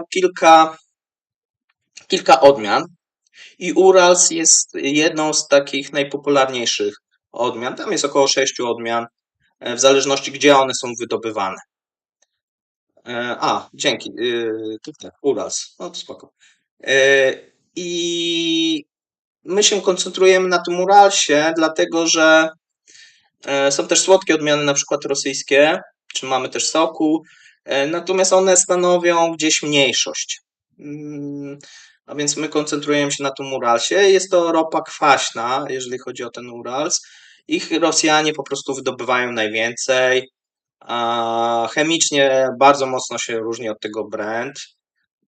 Do tej pory było to tak, że ta ropa była głównie eksportowana do tych krajów byłego bloku sowieckiego oraz do Europy Zachodniej, głównie do Niemiec. Dzięki temu Niemcy mieli pewien handicap, pewien lewar gospodarczy w stosunku do innych krajów, bo pozyskiwali tanią, już od powiedzmy 40 lat pozyskiwali tanią, a nawet dłużej, pozyskiwali tanią rosyjską ropę i dzięki temu ich przemysł się dosyć dobrze rozwijał. Stąd takie duże obawy, myślę, tego przemysłu, co się stanie, jeżeli ta ropa przestanie płynąć i ten gaz. Okazało się, że się nic nie stało i niemiecka gospodarka ma się dobrze. Może nie jakoś genialnie, natomiast nie wygląda to jakoś bardzo źle. Szczególnie, że ten gaz zaczyna spadać, czyli z 350 powiedzmy mieliśmy 350 jakiś czas temu, teraz mamy 50, tak, a więc mamy 7-krotny bodajże spadek. I teraz, a więc oni mają tylko pomysł teraz, żeby podatek płacić od Brent, ale to w ogóle, tak jak mówię, nie ma to nic wspólnego z tym, co oni wydobywają. Po prostu sobie wymyślili, że od zachodniej ropy Rosjanie będą płacić podatek od jej wartości. No, dziwny pomysł, no ale taki jest. Dobra. Teraz następne pytanie. Monika, gdyby Chiny chciały pomóc Rosji finansowo, może też jakoś inaczej, transfer technologii, części, to ile by musiały wyłożyć kasy? Jak taka pomoc wpłynęłaby na jej gospodarkę? Mm, Wydaje się, że najbardziej rozsądne byłoby, kiedy Chiny by wspomogły Rosję po zakończeniu wojny, jakkolwiek ta wojna by się zakończyła. Tak? A więc jeżeli ta wojna by się zakończyła jakimś pokojem, rozejmem, to myślę, że wtedy Chiny będą bardziej skore do pomocy. Natomiast jeżeli wojna się nie zakończy, tak, no to wtedy nie będą skore. Jaka to wartość może być? Słuchajcie, no wydaje się, że ta wartość, która może być, no to może iść nawet w biliony, tak? Bo jeżeli będzie pomoc i miałaby być faktycznie sensowna i technologiczna, no to nie była, to byłyby jakieś inwestycje. Możemy tutaj sobie spojrzeć na inwestycje na przykład Chin w Afryce czy w innych krajach. W przypadku tak dużego kraju jak Rosja, no to pytanie jest, co by Chińczycy dostali, tak? No na pewno byłyby różnego rodzaju koncesje, różnego rodzaju właśnie fabryki, inwestycje. Jest to możliwe. Jak najbardziej jest to możliwe i to byłoby bardzo korzystne dla gospodarki chińskiej, pod warunkiem, że będzie jakaś stabilizacja w Rosji. No bo teraz wyobraź sobie sytuację taką, że, że mamy tą gospodarkę rosyjską z jednej strony i mamy cały czas trwającą wojnę. To myślę, że mało krajów by chciało inwestować w takiej sytuacji. No to pytanie jest, ile krajów teraz chce zainwestować na Ukrainę, nie? No jakoś nie ma tu rzeszy chętnych. Wszyscy czekają, wszyscy mówią, ok, po wojnie jak najbardziej tak, ale teraz nie. Czy będzie pan rozgrywał hiperinflację na rublu i czy ma pan na tą grę pomysł, czy może stanąć na przeszkodzie? Chyba nie rozumiem tej hiperinflacji. No, na pewno wpłynie jakaś ta hiperinflacja na inne, powiedzmy, waluty, być może na rynku, a szczególnie na surowce. Myślę, że może być też sytuacja, o której mówiłem, że może być taki surprise dla wielu, że po tym odbiciu ta ropa na przykład może nie iść tak w górę, jakby się do tej pory spodziewali, więc sporo osób może się zawieść. A więc jeżeli już mówimy o jakichś rzeczach tradingowych, natomiast no, będą takie momenty, że ta ropa będzie rosła, a będą też momenty właśnie, kiedy będzie spadała. Ja obstawiam, że Chiny zrobią wszystko, żeby ją ustabilizować, ponieważ jakiś duży skok po odbiciu w Chinach no, mógłby mocno zaszkodzić tej gospodarce, a mają takie możliwości. Mając tak duże rezerwy, mogą sobie na to pozwolić. Okej.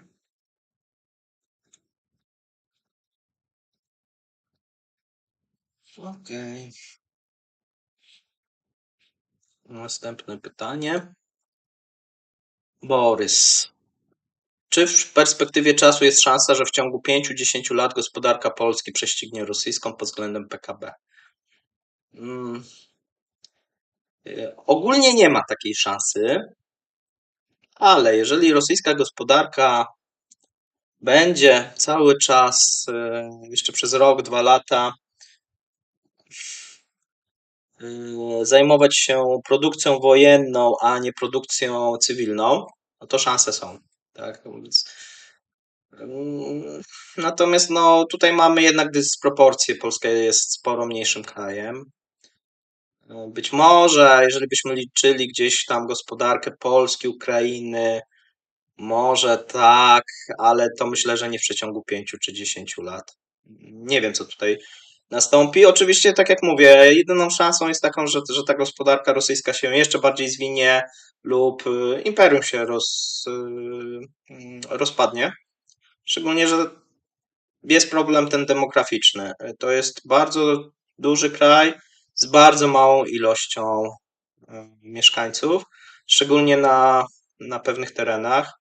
No i wydaje się, że to z punktu takiego ekonomiczno-polityczno-geopolitycznego no jest trochę bez sensu, żeby taki kraj istniał, tak duży jeszcze, który nie rozwija się, tylko się zwija, tak? I jeszcze swoich sąsiadów straszy, tak? Wszystkich dookoła.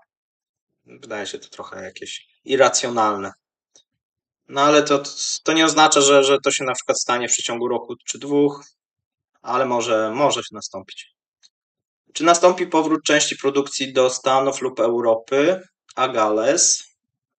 E, Do Stanów Europy. Powrót części produkcji do Stanów Europy. Chodzi o rosyjską produkcję.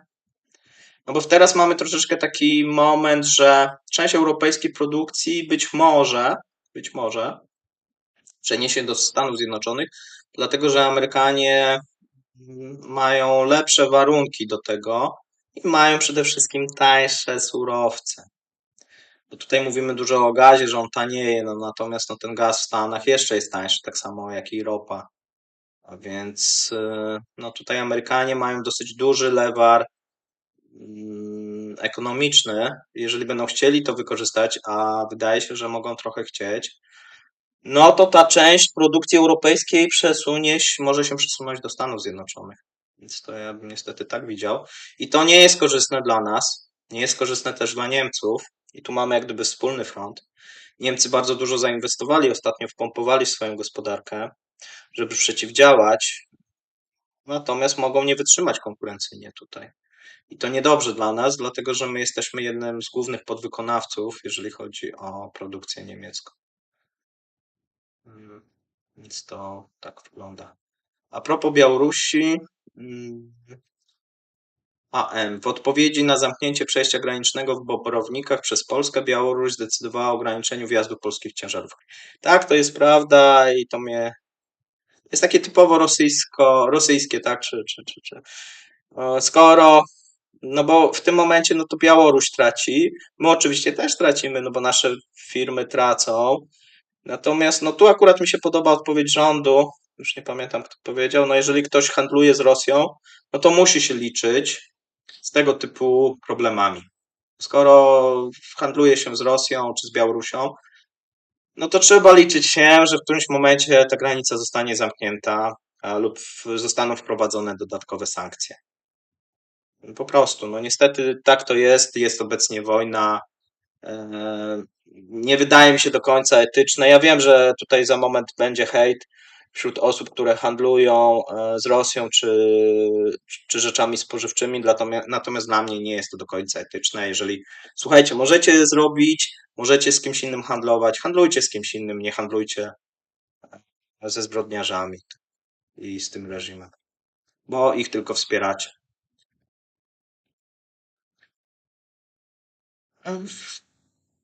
Czy po wojnie Rosję będzie stać na utrzymanie królewca i czy by było dla nas korzystne oderwanie się enklawy od Rosji? Dla nas byłoby korzystne. Natomiast co będzie po wojnie, to myślę, że tu trzeba do albo Jackowskiego, albo do naszych tuzów geopolitycznych. Oni znają odpowiedź na wszystkie tego typu pytania. Nie mam pojęcia, co się stanie po wojnie. To mogę tak samo, myślę, dywagować, pewnie jak pan, tak. Czy królewiec, nie wiem, wróci do Polski, czy będzie czeski, czy też będzie jakieś niezależne państwo, czy jakaś organizacja. No, nie wiem, tak? Nie mam zielonego pojęcia, co się stanie, szczególnie jeżeli Rosja by się na przykład rozpadła, przegrała tą wojnę. Nie wiem. Powiedzmy, że wojna się kończy pozytywnie dla nas i Ukrainy, sankcje zostają zniesione. Jak długo Rosja będzie podnosić się z zapaści?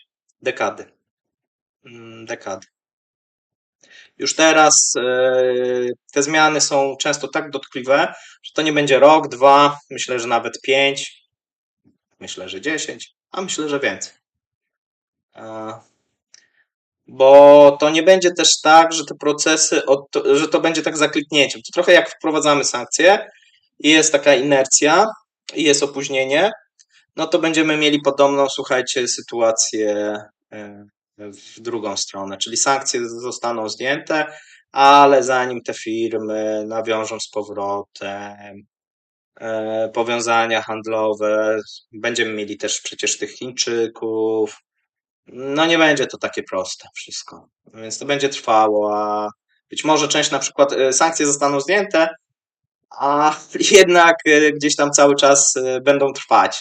Te takie prywatne sankcje, no bo firmy nie będą na przykład niektórych komponentów chciały nadal dostarczać, bo nie będą ufały, bo będą się bały, bo nie będzie im się opłacać, bo oni nie będą mieli pieniędzy, bo no dużo, ileś innych rzeczy, a więc to po prostu będzie trwało. Szczególnie, że tak jak mówię, jest to duży kraj, duża złożoność tego, mm, nie będzie to proste. Czyli nie ma możliwości szybkiego odbicia strat. Moim zdaniem nie.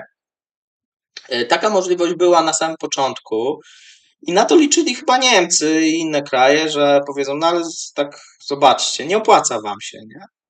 No ale niestety nikt nie słuchał, ani Macrona, ani Scholza na Kremlu i zresztą jak się posłucha, na przykład dzisiaj był taki wywiad, bodajże dzisiaj czy wczoraj z Putinem, on żyje w takim świecie, że on uważa, że oni na tą wojnę materiałową to oni mogą prowadzić 10 lat, że oni mają się świetnie, że oni produkują najwięcej na świecie. Do niego jak gdyby nic nie trafia, jest w jakimś swoim świecie, tak? Tak jakby miał własne liczby. Może ma takie te liczby, podejrzewam, jak niektórzy u nas panowie doktorzy mają wspólne liczby właśnie z Putinem i mają taki swój wirtualny świat, który w ogóle nie ma nic wspólnego z realem, tak? Czy tak trudno będzie rosyjskim agentom kupić sobie chipy gdzieś na zachodzie, łatwiej je przemieścić przez kraje trzecie? No to jeszcze raz powtórzę. Wchodzenie sankcji, kupowanie chipów, wyciąganie z konsol, z pralek. No przecież to będzie, tak? To nie o to chodzi. Chodzi o to, że o skalę. Każde utrudnienie, każda blokada powoduje, że tego będzie mniej.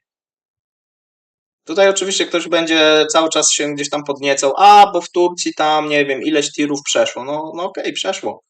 Natomiast jeżeli popatrzymy na twarde dane, na liczby, no to po prostu jest tego mniej. A więc zawsze, jeżeli jest okazja do zarobku jeszcze nielegalnego, to znajdą się takie firmy. Skoro można narkotyki przewozić i są ludzie, którzy się tym zajmują i wiedzą, że to zabija innych, skoro można handlować nielegalnie bronią, to czemu nie handlować nielegalnie chipami? To chyba jest prostsze, tak? Więc tutaj chętni będą. Czy nagranie dzisiejszego live będzie dostępne potem na YouTube? Tak, będzie dostępne, chyba że się coś popsuje, ale nie sądzę.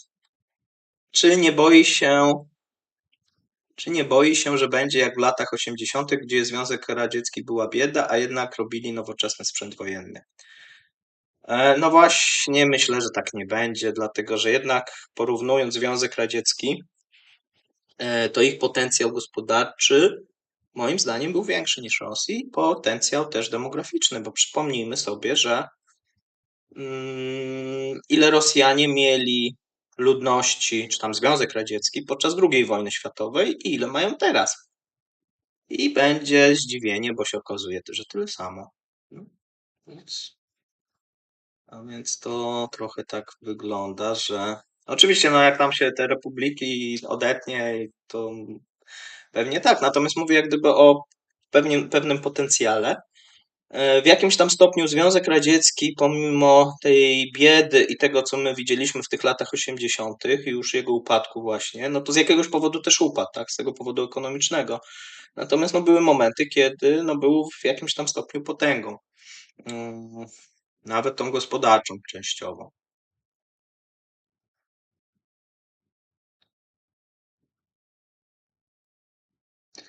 Rosja to federacja, nie każdy element Sławek M. Nie każdy element jednakowo dostaje na tym kryzysie. Czy istnieje opcja rozerwania federacji przez ekonomię? W sensie, czy regiony mniej doświadczone kryzysem mogą? Tak, istnieje taka szansa i ona myślę, że nawet jest większa na tle właśnie ekonomicznym niż na tle etnicznym.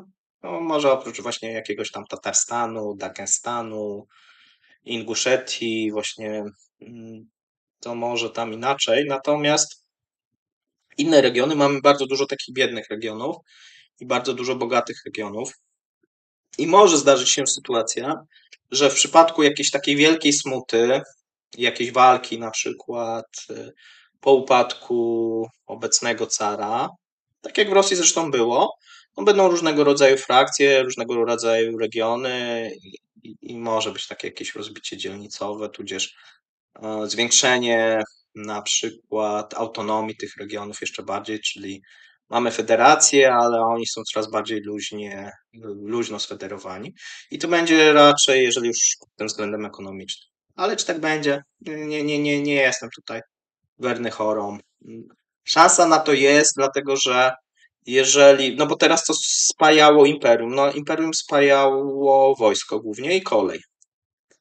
Tak, no z tą koleją to tak średnio jest ostatnio, natomiast jeżeli chodzi o wojsko, jeżeli militarnie Rosja przegra tą wojnę, no i się mocno osłabi, no to może się okazać, że właśnie nie są w stanie utrzymać całego imperium. Na pewno te kraje południowe, czyli to co widzimy zresztą Armenia, Kazachstan, Uzbekistan, no one się będą uniezależniać od Rosji. Czy dostępne dane na temat rosyjskiego przemysłu kosmicznego?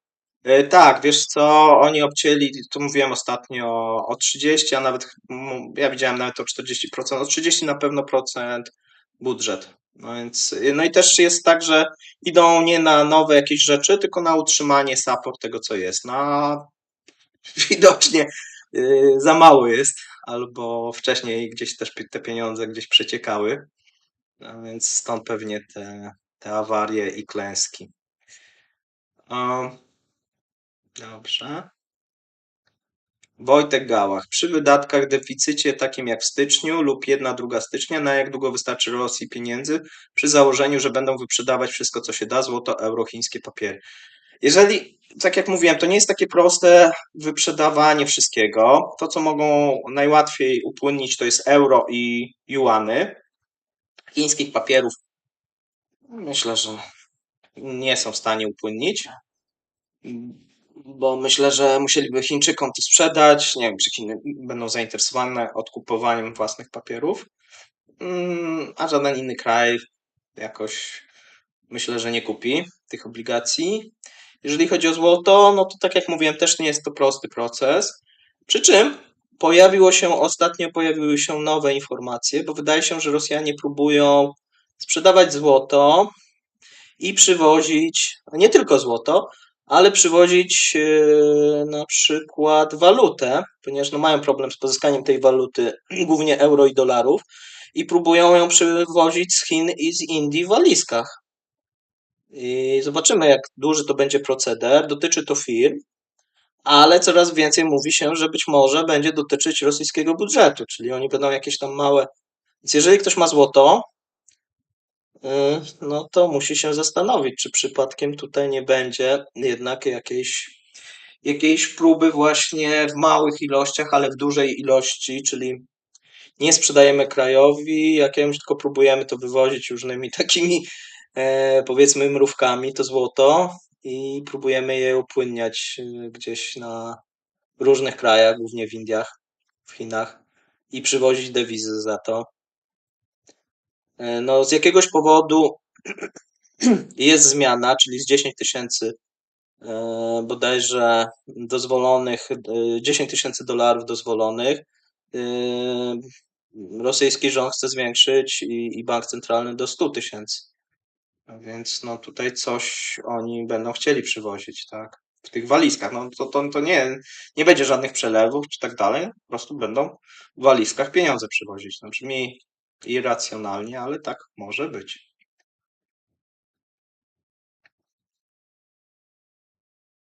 Mm. Czy ma pan jakieś dane, czy ktoś sprzedaje Rosji części do samolotów? Myślę o pasażerskich. E, No właśnie tutaj mają Rosjanie słabo, jeżeli chodzi o te dane, które ja przynajmniej do tej pory znalazłem. No, wystąpili jakiś czas temu do Chin o dodatkowe materiały, ponieważ no, Chińczycy robią często na przykład dla Boeinga, dla Airbusa, no ale Chińczycy się nie zgodzili. I na razie to głównie kanibalizują. Mają dostawy też z Chin, ale nie oryginalnych części. No i pewnie nie wszystkiego, no nie jestem tutaj specjalistą, natomiast no część sprowadzają z Chin. Ale myślę, że to nie jest wszystko, tak. Natomiast może też się zdarzyć sytuacja, że sprowadzają na przykład części, które miały pójść do Airbusa, bo ktoś jakąś tam łapówkę wziął i im wysyła, tak? No tego nie możemy wykluczyć. Natomiast no, wygląda to tak, że oni coraz więcej kanibalizują, coraz większe są opóźnienia.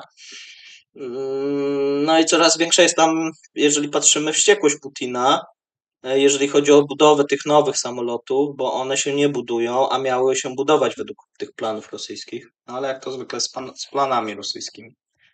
Dobrze, tutaj pan Zen, Mateusz. Paweł Droń irański zaatakował, izraelski tankowiec.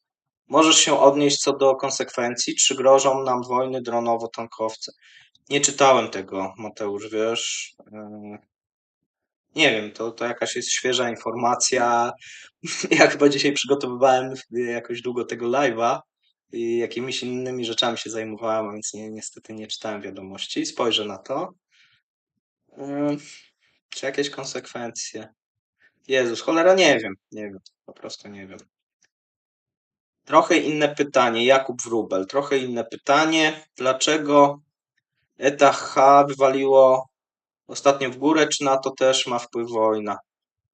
Ojej, to już nie mam teraz, nie mam teraz głowy, nie wiem. Musiałbym też się zastanowić, tak, spojrzeć, bo ostatnio w ogóle ta wojna, mówię wojna, ta Rosja jakoś zajmuje mi więcej czasu niż ten trading i te inne rzeczy. Więc nie wiem. Czy środki cara? Może spojrzę tak przy następnym odpowiem ci, bo jakoś jestem na razie zafiksowany na razie na tej gospodarce rosyjskiej. Jak będę robił pewnie na tematy tradingowe, to z chęcią wrócimy do tego typu pytań. Czy, czy środki cara, władz oligarchów mogą skutecznie zabezpieczyć, skoro Zachód może im te środki zablokować, a kolejne władze zarekwirować środki na terenie Rosji? Ja chyba nie rozumiem do końca, Dominik.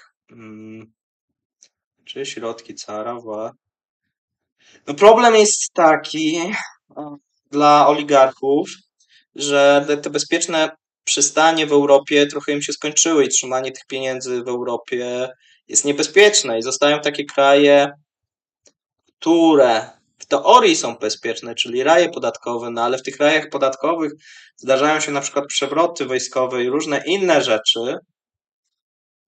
A więc no teraz ci oligarchowie te pieniądze jakoś tam robią różnego rodzaju, rozkładają na różne te miejsca. No nie jest to dobra dla nich sytuacja, bo ta Europa, szczególnie ta Szwajcaria czy Wielka Brytania wydawała się takim bezpiecznym miejscem, no a to tak się okazało, że nie.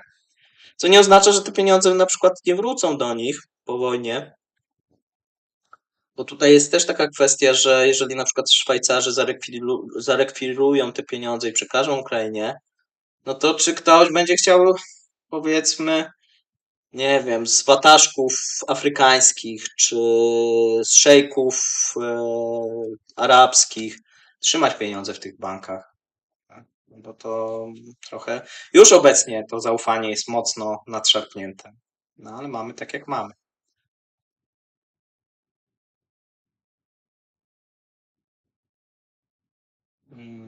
Mhm. O tradingu to byłoby super, grupa Zaorskiego będzie słuchać. No chyba nie, chyba mnie przeceniasz, no ale zobaczymy. O tradingu coś bym zrobił. Natomiast czy to będzie tak jak Rafał robi, live'a i spekulacje? Myślę, że od czegoś innego bym zaczął, bo myślę, że to jest bardzo takie tylko dla wybranej grupy atrakcyjne. A większość ludzi chciałaby jednak e, bezpiecznie inwestować.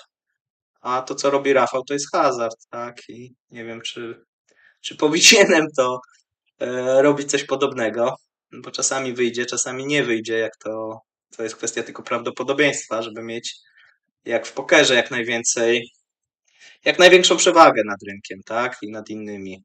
No i to cała tajemnica. Natomiast, żeby to mieć, no to czasami nie jest to proste.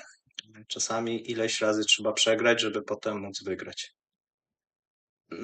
Jak oceniasz sytuację sektora prywatnego w Rosji aktualnie przy tych obciążeniach i niepewnościach? No właśnie, Daniel Boćkowski.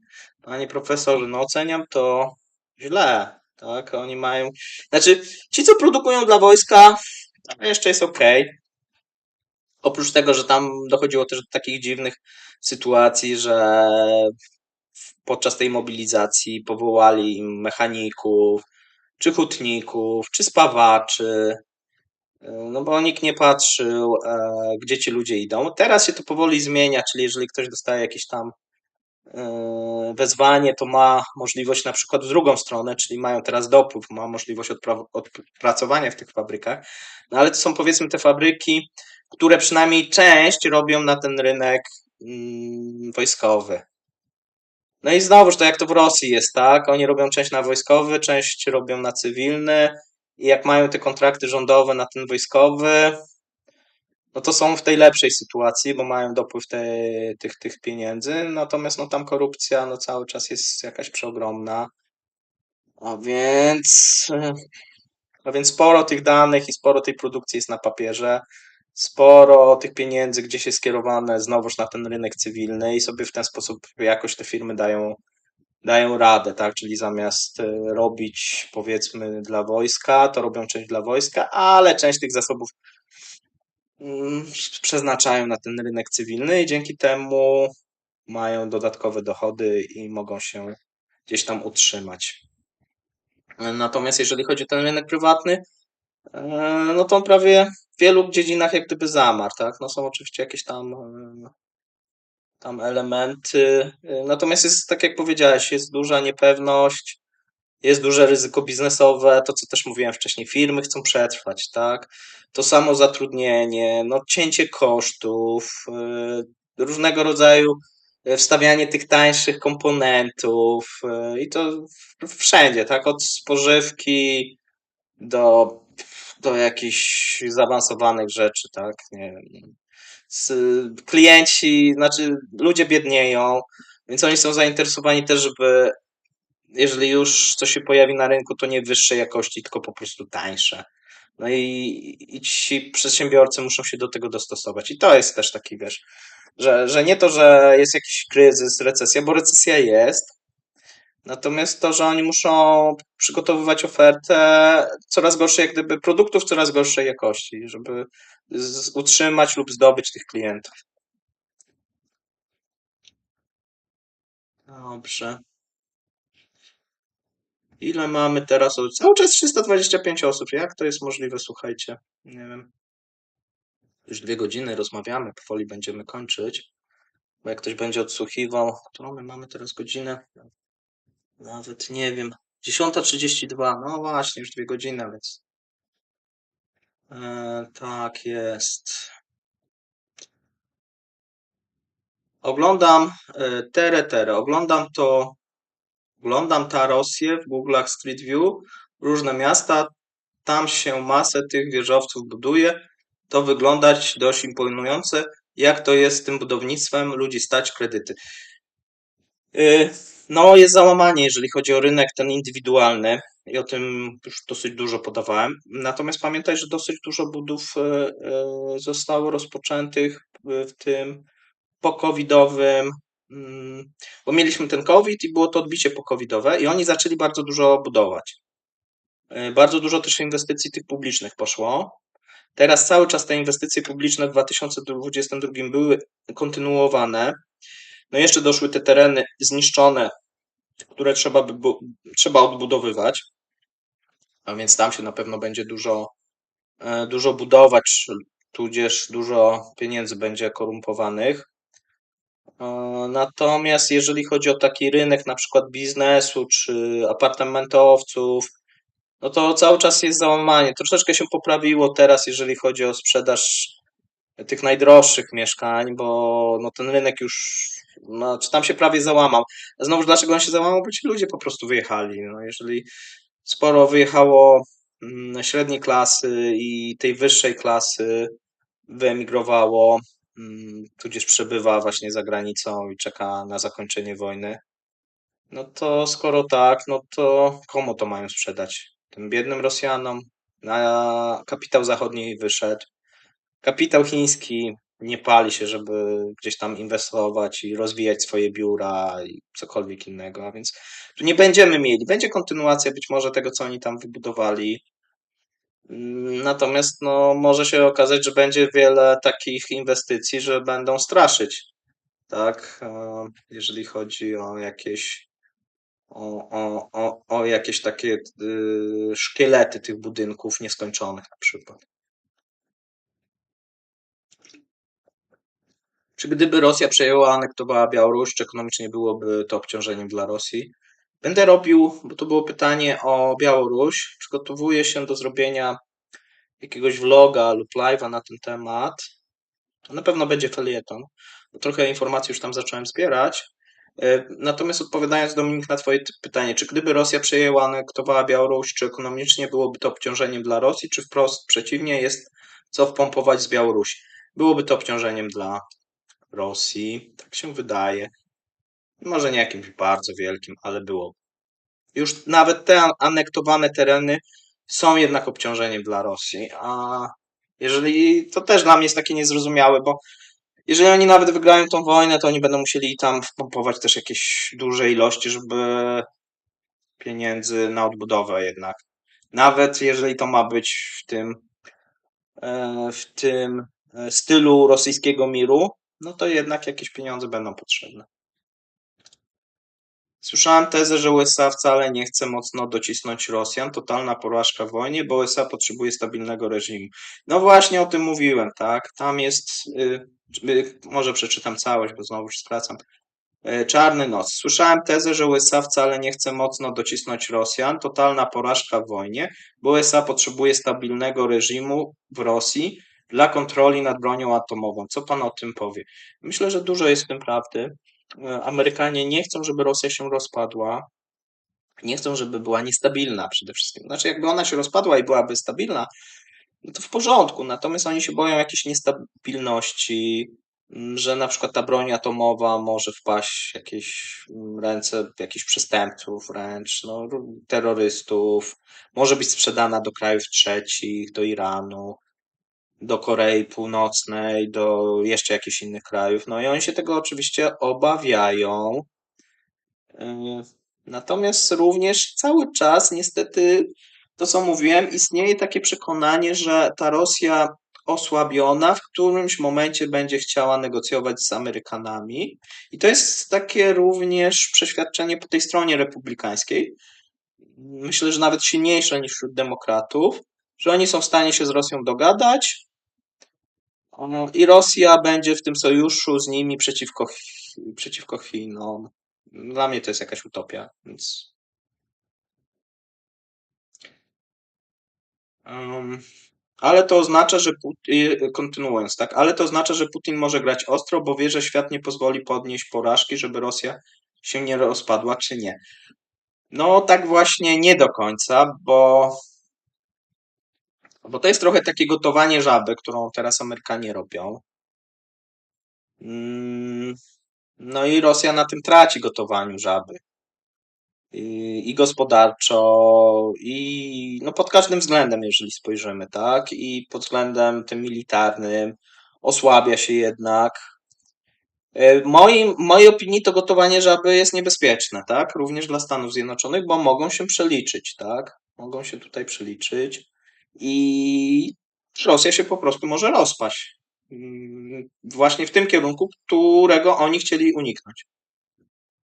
To nie jest takie proste, że to się można sobie tak analitycznie przewidzieć, co się stanie. Mogą być różne rzeczy się wydarzyć i to będzie jakieś domino, to się potoczy zupełnie inaczej niż by chcieli i zamiast jakiegoś silnego sojuszu, co mówiłem, antychińskiego, będzie silny sojusz, ale antyamerykański.